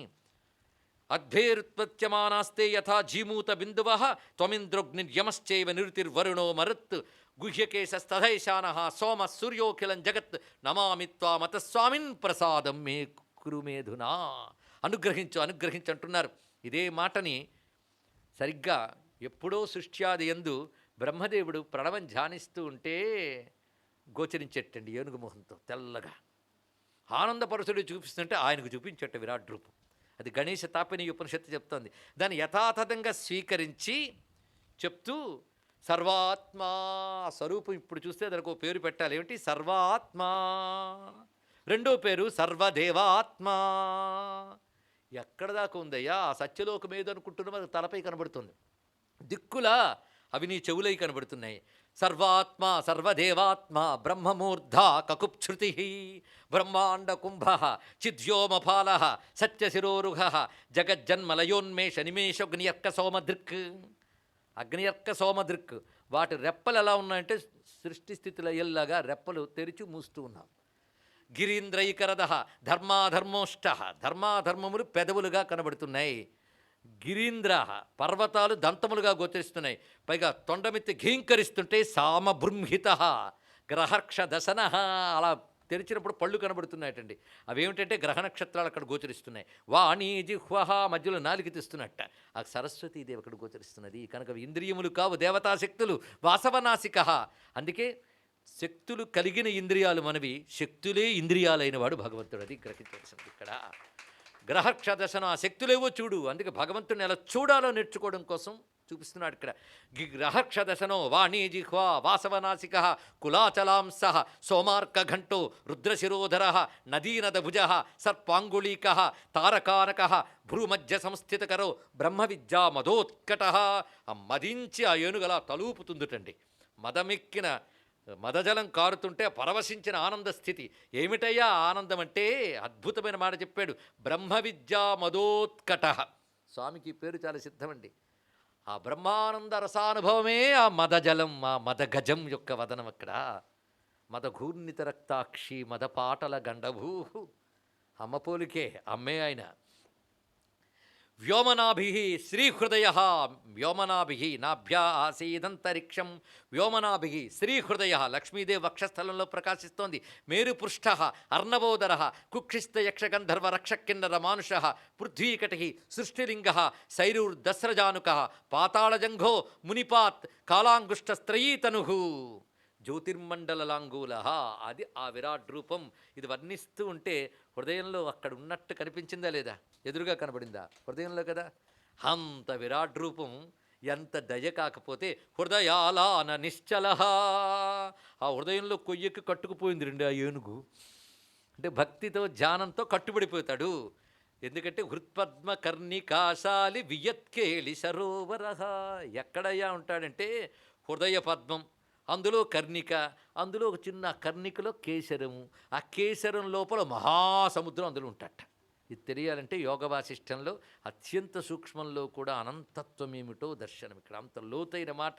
హృత్పద్మ కర్ణికాశాలి వియత్కేలి సరోరుగా. ఇంత ప్రపంచం ఇన్ని అనుభవాలు పొందుతున్న చైతన్య యొక్క స్వరూపం ఏంటో తెలుసా? ఇంత శరీరం కాదు. ఆ లోపల హృదయ పద్మ కర్ణికలో నీవార సూకవత్తన్వీ పీతాభాస్వచ్చనూపమ. ఎంత సూక్ష్మం అంటే అది నువ్వు గాడు పార్టికల్ అని మిషన్తో చూసి చెప్పలేవు. అంత సూక్ష్మం. అంత సూక్ష్మంలో ఇంత విశ్వం దాగి ఉండడం రహస్యం. అది యోగ వాసిష్ఠసారం. అది ఇక్కడ చూపిస్తున్నాడు. హృత్పద్మ కన్నికాసాలి వియత్కేళి సరోవర. ఇంత చెప్తూ ఉంటే ఆనందం కలిగింది కదా. ఎందువల్ల? సద్భక్త ధ్యాన నిగడ. ధ్యానానికి కట్టుబడివి ఇంత మూర్తిగొచ్చిందండి ఆయన భక్తవాత్సల్యం. అందుకే అదంతా అనుభవానికి తెచ్చాడు మహానుభావుడైన వరేణ్యునికి. దానితో ఆయన అంటున్నాడు, నమామి త్వామతస్వామిన్ ప్రసాదం కురిమే అధునా దర్శయస్వ నిజం రూపం సౌమ్యం యత్పూర్వమీక్షితం. నువ్విచ్చిన చూపు వల్ల చూడగలిగేది, కానీ నాలో నేననే భావం ఉంది కదా, అదైతే కానీ అది పోదు. అందుకే స్వామి నీ యొక్క పూర్వం నాతో చక్కగా ఏనుగు మొహం వేసుకుని కబుర్లాడుతున్నావే, ఆ పూర్వమీక్షితం సౌమ్యం రూపం నిజం దర్శయస్వ. ఆ రూపాన్ని తిరిగి చూపించు. ఒక్కడి మాత్రం ఇప్పుడు తెలిసిపోయింది. కోవేద లీలాస్తే భూమన్ క్రియమాణా నిజేచ్ఛయా. నీ ఇచ్ఛతో నువ్వు లీల చేస్తావయ్యా. నీ లీల అంటే నువ్వు అవతరించి చేసినదే కాదు, ఈ జగన్ నిర్వహణే నీ లీల. లోకవత్తు లీలా కైవల్యం. లీల అంటే అంతుపట్టని ఆట. అందుకు నువ్వు జగత్తు గురించి ఏమిటి నిర్ధారించడానికి తర్కం చేస్తావు? నీ తర్కాలకు అంతు దొరకని పనికే లీలని పేరు. అది ఆయనకి మాత్రమే సాధ్యమని తెలుసుకోవాలిందా. అందుకే నిజేచ్ఛయా క్రియమాణా లీలాహతే కో వేద. నిజేచ్ఛతో నువ్వు చేసే లీలలు ఎవడు తెలుసుకోగలడయ్యా? హే భూమన్. సంబోధంలోనే భూమన్ అనే శబ్దం వేదాంత శబ్దం, బ్రహ్మము అనర్థం. అనుగ్రహాన్ మయా దృష్టం ఐశ్వరం రూపమీదృశం. నీ దయ వల్ల చూడగలిగాను. ఎందుకంటే జ్ఞానచక్షుర్యతో దత్తం ప్రసన్నేన త్వయా మమ. ప్రసన్నుడివై ఈ కన్నిచ్చావు అనగానే గజాననుడు అంటున్నాడు, నేదం రూపం మహాబాహో మమ పశ్యంతి అయోగినః. యోగి కానివాడు ఈ రూపమును చూడలేడు, యోగి అయినవాడే చూడగలడు. యోగం అంటే ఏంటో నిన్నటి వరకు చెప్పుకుని యోగి అంటే తెలుసుకుంటే వాడు చూడగలట. మరి ఎవరు చూడలేదా అంటే ఇంతవరకు ఎవడు చూడలేదన్నాను అంటే అర్థం ఏంటంటే యోగి తప్ప ఎవడు చూడలేదన్నాను, అంతే. నువ్వు తప్ప ఎవడు చూడలేదని కాదు, ఇది తెలుసుకోవాలి ఇక్కడ. అని ఇంతవరకు ఎవడు చూడలేదండి, మరి అర్జునుడు చూశాడు వీడు చూశాడంటే యోగి తప్ప ఎవడు చూడలేదని అర్థం అక్కడ, అది గ్రహించాలి. అందుకే వెంటనే చెప్పాడు సనకాద్యాహ నారదాద్యాహ పశ్యంతి మదనుగ్రహాత్. సనకాదులు నారదాదులు ఈ రెండు చెప్పడంలో ఉద్దేశం ఏంటంటే బ్రహ్మజ్ఞానులైన సనకాదులు భక్తి యోగులైన నారదాదులు మాత్రమే చూడగలరు, అది దీని యొక్క రహస్యం. సనకాద్యాహ నారదాద్యాహ పశ్యంతి మదనుగ్రహాత్ చతుర్వేదార్థతత్వజ్ఞా చతుశాస్త్ర విశారదా యజ్ఞజ్ఞాన తపోనిష్టా మే రూపం విదంతితే. ఎవరు చతుర్వేద నిష్ణాతలో సర్వశాస్త్రవేత్తలు ఎవరు యజ్ఞదాన తపస్సులు చేస్తారో వారు తెలుసుకోలేరు. కారణం వారికి నా యందు భక్తి అనేది లేకపోవడం చేత. ఇక్కడ భక్తితో మాత్రమే దీన్ని తెలుసుకోగలరు అని విశ్వరూపం తర్వాతే యో మా మూర్తిధరం భక్త్యా మద్భక్త పరిషేవతే అంటున్నాడు గణపతి. అటువంటి విశ్వరూపుడైన గణపతికి నమస్కారం చేసుకుంటూ రెండు చిన్న విషయాలు. ఇక్కడ మనం భాద్రపద శుక్ల పాడ్యము నుంచి నవరాత్రులు ప్రారంభించుకుంటున్నాం, కానీ చాలా చోట్ల చతుర్థి నుంచే ప్రారంభించడం కనబడుతోంది. అయితే లోకరీతిని గౌరవించడం కూడా మంచిదే గనక అలా చేయడం తప్పేమీ కాదు, చేయవచ్చు. మొదట్లో మనం కూడా అలాగే చేసుకున్నాం ప్రారంభించిన కొత్తల్లో. కానీ ఆగమ ప్రమాణంలో మాత్రం చతుర్థి నుంచి నవమి చెయ్యవాళ్ళను అనే ఆగమ ప్రమాణం ఎక్కడ కనబడలేదు. కానీ గణపతి నవరాత్రులు ఎలా చేయాలనడానికి గణపతి అనుగ్రహం వల్ల ఒక ఆగమం లభించింది. ఒక ఆగమం ఏమిటి? అనేక ఆగమాల సారం, అనేక గణపతి ఆగమ విషయాలన్నీ కలిపిన మహాగ్రంథం, కేవల దేవనాగరిలో ఉన్నటువంటి రహస్య విషయములు, అన్ని తంత్రముల్లో ఉన్నదాన్నంతటి కలిపినటువంటి గ్రంథం. అందులో ప్రమాణంగా చెప్తున్నాడు ఆ గ్రంథం పేరు శ్రీ గణేశ మహాదర్శనం. దీనిలో చెప్తున్న వాక్యం యథాతథంగా ప్రమాణం కోసమని చెప్పడం జరుగుతోంది. భాద్రపద శుక్ల ప్రతిపద్ ఆరభ్య దశమీ పర్యంతం మహాగణపత్యుత్సవ కార్య. అంటే భాద్రపద శుద్ధ పాడ్యము నుంచి దశమి వరకు మహాగణపతి ఉత్సవము కార్యము అన్నాడు. అంటే 10 రోజులు ఉత్సవం, నవరాత్రములు చేసి 10వ రోజు పూర్ణం చేసుకోవడం, అది ఇక్కడ. అందుకే 10 రోజులు ఉత్సవం. ఇక్కడ నవరాత్రం అనే మాట లేదు, ఉత్సవం అని అన్నాడు ఇక్కడ. తత్ర చతుర్థ్యాం, గణపతి చతుర్థి నాడు పుట్టాడు కదండి, అంటే రాముడు నవమి నాడు పుట్టినా పాడ్యం నుంచి నవమి వరకే చేస్తున్నాం, నవమి నుంచి మొదలెట్టట్లేదు కదా. మరి ఈయన చతుర్థి కదా అంటే తత్ర చతుర్థ్యాం గణపతే జన్మోత్సవ కార్య. అంటే నవరాత్రులు చేస్తూ చవితి నాడు జన్మోత్సవం అని వేడుక చేయాలి. అష్టమ్యాం, అష్టమి నాడు, అందుకే వాళ్ళు చెప్తున్నాం మరొకటి కాదు, శ్రీ శక్తేహ జన్మోత్సవ కార్య. గణపతి శక్తి సహితుడుగా ఉపాసించుతారు ఉపాసన మార్గంలో గనక శక్తికి జన్మోత్సవము అని చెప్పాలి అన్నాడు ఇక్కడ. శక్తి అంటే సిద్ధి బుద్ధి సమేత గణపతిని ఉపాసించే వాళ్ళకి ఆ సిద్ధి బుద్ధి రూప లక్ష్మి ఉత్సవం ఇవాళ చేస్తారు. శక్తి గణపతి రూపంలో శక్తి రూపంతో ఉన్నదాన్ని చేస్తారు. వల్లభ గణపతి రూపంలో శక్తి వల్లభ సిద్ధలక్ష్మి రూపంతో ఉంది కనుక వల్లభాంబ ఆరాధన అనేది వాళ్ళు చేస్తారు. ఎలాగైతే గణపతికి మంత్రం ఉన్నదో వల్లభాదేవికి కూడా మంత్రము యంత్రము కూడా ఉన్నది. అది చెయ్యాలని కాదు, ఉందని తెలుసుకోవడం వరకే. అది గణపతి మూలమంత్రంలోనే అంతర్లీనమై ఉంటుంది. విడిగా దాన్ని జపం చేసే పద్ధతి కూడా వేరే ఉపాసన సంప్రదాయంలో మనకు కనబడుతున్నది. కానీ వల్లభాంబ ఆవిడ, వల్లభ అంటే ఆనంద స్వరూపిణి అని మనం అర్థం చెప్పుకున్నాం. అందులో మహాలక్ష్మి అని ఆవిడ పేరు, ఆవిడ మహాలక్ష్మి. మహాలక్ష్మి అంటే వేదాంత భాషలో లేదా తంత్ర భాషలో సృష్టి స్థితిని నిర్వహించే ఇచ్ఛాజ్ఞాన క్రియారూపిణైన పరాశక్తి. దీనికి ఆగమంలో ఆద్యాలక్ష్మి అనుకుంటారు. ఆ ఆద్యాలక్ష్మియే లక్ష్మీ సరస్వతి దుర్గా ఇత్యాది రూపాలు ధరించింది. కనుకనే ఏ మహాశక్తి అనేక శక్తులకు మూలముగా ఉన్నదో ఆ శక్తి లక్ష్మి, ఆ శక్తి ఎవరిదో అతడు గణపతి. అదే ఆ విభూతుల్ని మనం లక్ష్మీనారాయణులని పార్వతీ పరమేశ్వరులని కొలుచుకుంటున్నాం. కానీ ఎవరు పార్వతీ పరమేశ్వరులు, ఎవరు లక్ష్మీనారాయణులు, ఎవరు వాణీ హిరణ్య గర్భులు, ఎవరు శచీపురంధరులు, వారే వల్లభ గణపతులు. ఇది సమన్వయంగా సనాతన ధర్మ హృదయం తెలిస్తే చక్కగా అర్థమవుతుంది. అది గ్రహిస్తూ చతుర్థ్యాం గణపతే జన్మోత్సవ కార్య, అష్టమ్యాం శ్రీశక్తే జన్మోత్సవ కార్య, దశమ్యాం దశమి నాడు ఏం చేయాలి అంటే వాగ్దాన వరపూజాధికం నిర్వర్త్య కళ్యాణోత్సవ కార్య అన్నాడు ఇక్కడ. ఆ రోజు చేయవలసింది కళ్యాణోత్సవము అన్నాడు ఇక్కడ. 10వ రోజున అంటే దశమి తిథి నాడు కళ్యాణోత్సవం చేయాలి. ఇది చెప్తున్నది శాస్త్రం. ఈ కళ్యాణోత్సవం చూసినా చేసినప్పటికీ కూడా అనంతమైన కళ్యాణములు అంటే శుభాలు జరుగుతాయి. దీని ఫలితములు చాలా చెప్తున్నారు. అయితే ఇది ఆగమాలు చెప్పిన దాన్ని అనుసరించి స్కాంద ముద్గలాది పురాణోక్త ప్రకారేణ అత్ర సంగృహ్యతే అని చెప్తూ ఆ మండపాన్ని కదళీ స్తంభాలతో అంటే అరటి చెట్లతో అలంకరించడం ఒకటి, వితానము చక్కగా పైన చాందిని ఏర్పరచడం ఒకటి, తోరణాలు ఏర్పరిచి కళ్యాణ మండపం ఏర్పరిచి రంగవల్లిభి అలంకృత్య రంగవల్లికలు చేసి ఆ కళ్యాణోత్సవాన్ని దశమి నాడు చేయాలి అన్నారు. మనకి ఇవాళ వరకు అష్టమి వచ్చింది, రేపు ప్రాతకాలంలో నవమి ఉంది, రేపు మధ్యాహ్నం తర్వాత దశమి ఉంది గనక రేపు సాయంకాలం ఈ వేదిక మీద శ్రీ వల్లభా సమేత మహాగణపతి కళ్యాణ వైభవాన్ని మనం నిర్వహించబోతూ ఉన్నాము. సరిగ్గా 6-6:30 మధ్యకాలంలో ప్రారంభించుకుంటాం, అంతే కదండి. తదనంతరం ఎల్లుండి మిగిలిన గణేశ గీత ప్రవచనం ఎల్లుండి సాయంకాలం పూర్తవుతుంది. ఎల్లుండి మధ్యాహ్నం పూర్ణాహుతి చేసుకుని ఎల్లుండి సాయంకాలం గణేశ గీతను పూర్తి చేసుకోబోతూ ఉన్నాం. మిగిలినటువంటి అధ్యాయాలు చెప్పుకుంటూ ఇవాళ ముఖ్యంగా గణపతి మంత్రము, ఉపాసన, విభూతుల రూపం, విశ్వరూపం ఇన్ని ఉన్నప్పుడు ఎక్కడ మధ్యలో ఆపినప్పటికీ కూడా తయారవుతున్న మూర్తిని మధ్యలో ఆపేసినట్టుంటుందండి. అది పూర్ణ సాక్షాత్కారంతో ఇవాళ మనం చెప్పుకుంటే ఎల్లుండి దాకా మనం తట్టుకోగలమని గంటన్నర సమయం దాటినా ఒక పావు గంట ఎక్కువ తీసుకుని మరి చెప్పడం జరిగినది. ఇది గణపతి ఉపాసనగా మనం చేసుకున్నాం గనక గణపతి అనుగ్రహం మనందరికీ లభిస్తుంది, అందులో సందేహం లేదు, లభించింది. ఎందుకంటే ఉత్సవాల్లో భాగంగా మనం గణపతిని ఇక్కడ ఆరాధిస్తూ ఒకవైపు హోమం, ఒకవైపు జపం, ఒకవైపు అర్చన, ఒకవైపు తర్పణం, ఒక మహాశక్తిని ఒక పొటెన్సీకి సూక్ష్మ రూపంలోకి ఎలా మార్చాలో అని ఋషులు ఏర్పరిచిన పద్ధతి అండి. జపిస్తున్న మంత్రాన్ని హవనం చేయడం, యంత్రమునందు దాన్ని తర్పణలు చేయడం, ఆవరణార్చన చేయడం, అభిషేకం చేయడం, ఇన్ని చేస్తూ ఉంటే మహామంత్రశక్తి ఒక సూక్ష్మ శక్తిగా మారి ఆ విగ్రహమునందు ప్రవేశించి జగత్తుని అనుగ్రహిస్తుంది. ఆ ప్రక్రియ 9 రోజులు శాస్త్రాచారములతో నియమాలతో జరుగుతున్నది. ఎందరి సహకారంతోనూ గణపతి గణం యొక్క సహకారంతో అక్కడ హోమశాలలో క్రతువుని మంత్రంతో చేస్తూ అక్కడైతే పరిసరాలన్నింటిలో పదార్థాలు తీసుకురావడం, సమకూర్చడం, ఇక్కడ ఈ వేదికలు ఏర్పాటు చేయడం, సానుకూలంగా అందరూ కూర్చోవడానికి చేయడం, అందరికీ భగవానుడు తన యజ్ఞఫలాన్ని సమానంగా పంచి ఇస్తాడు. భక్తి శ్రద్ధలు కలిగే వారు అందరికీ మనందరూ యజ్ఞం చేస్తున్నాం. ఇదే సనాతన ధర్మం అంటే.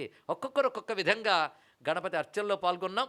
అందరినీ గణపతి గమనిస్తుంటాడు, ప్రతి వారి హృదయంలో ఉండి అందరినీ అనుగ్రహిస్తాడు.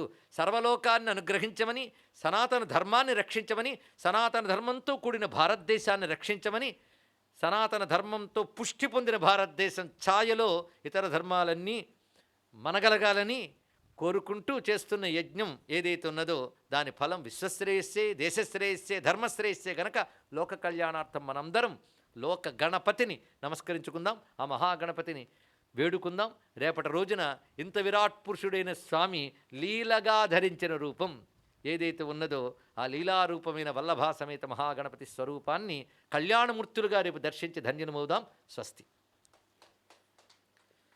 స్వస్తి ప్రజాభ్య పరిపాలయంతాం న్యాయేన మార్గేణ మహిమహీషాః గోబ్రాహ్మణేభ్య సమస్తు నిత్యం. రండమ్మా పిలిచినప్పుడు వీళ్ళెళ్ళండి వాళ్ళని ఇదేమిటిది హారతి ఇవ్వడానికి మొహమాటాలేంటి? సచ్చిత్ సుఖ స్వరూపాయ శివశక్త్యైక్యరూపిణి వల్లభా ప్రాణకాంతాయ శ్రీ గణేశాయ మంగళం. శ్రీ గణేశాయ మంగళం. సిద్ధలక్ష్మీ వల్లభా సమేత శ్రీ మహాగణపతి స్వామికి, శ్రీ మహాగణపతి స్వామికి, శ్రీ మహాగణపతి స్వామికి. జాంబవత్ సుగ్రీవ హనుమత్ సీతా లక్ష్మణ భరత శత్రుఘ్న పరివార సమేత శ్రీ రామచంద్ర పరబ్రహ్మకి, శ్రీ రామభక్త హనుమాన్ కి, శ్రీ రాధా సమేత కృష్ణ స్వామికి. రాధే శ్యామ్. ఇవాళ రాధమ్మ ఉద్భవించిన రోజు కూడానండి ఇక్కడ. మరి వల్లభాంబ ఉద్భవించిన రోజు రాధమ్మ ఉద్భవించింది అంటే కృష్ణుడే గణపతిని తెలుస్తుంది కదా. ఆ విషయమే బ్రహ్మవేత్త పురాణంలో కూడా చెప్తున్నది.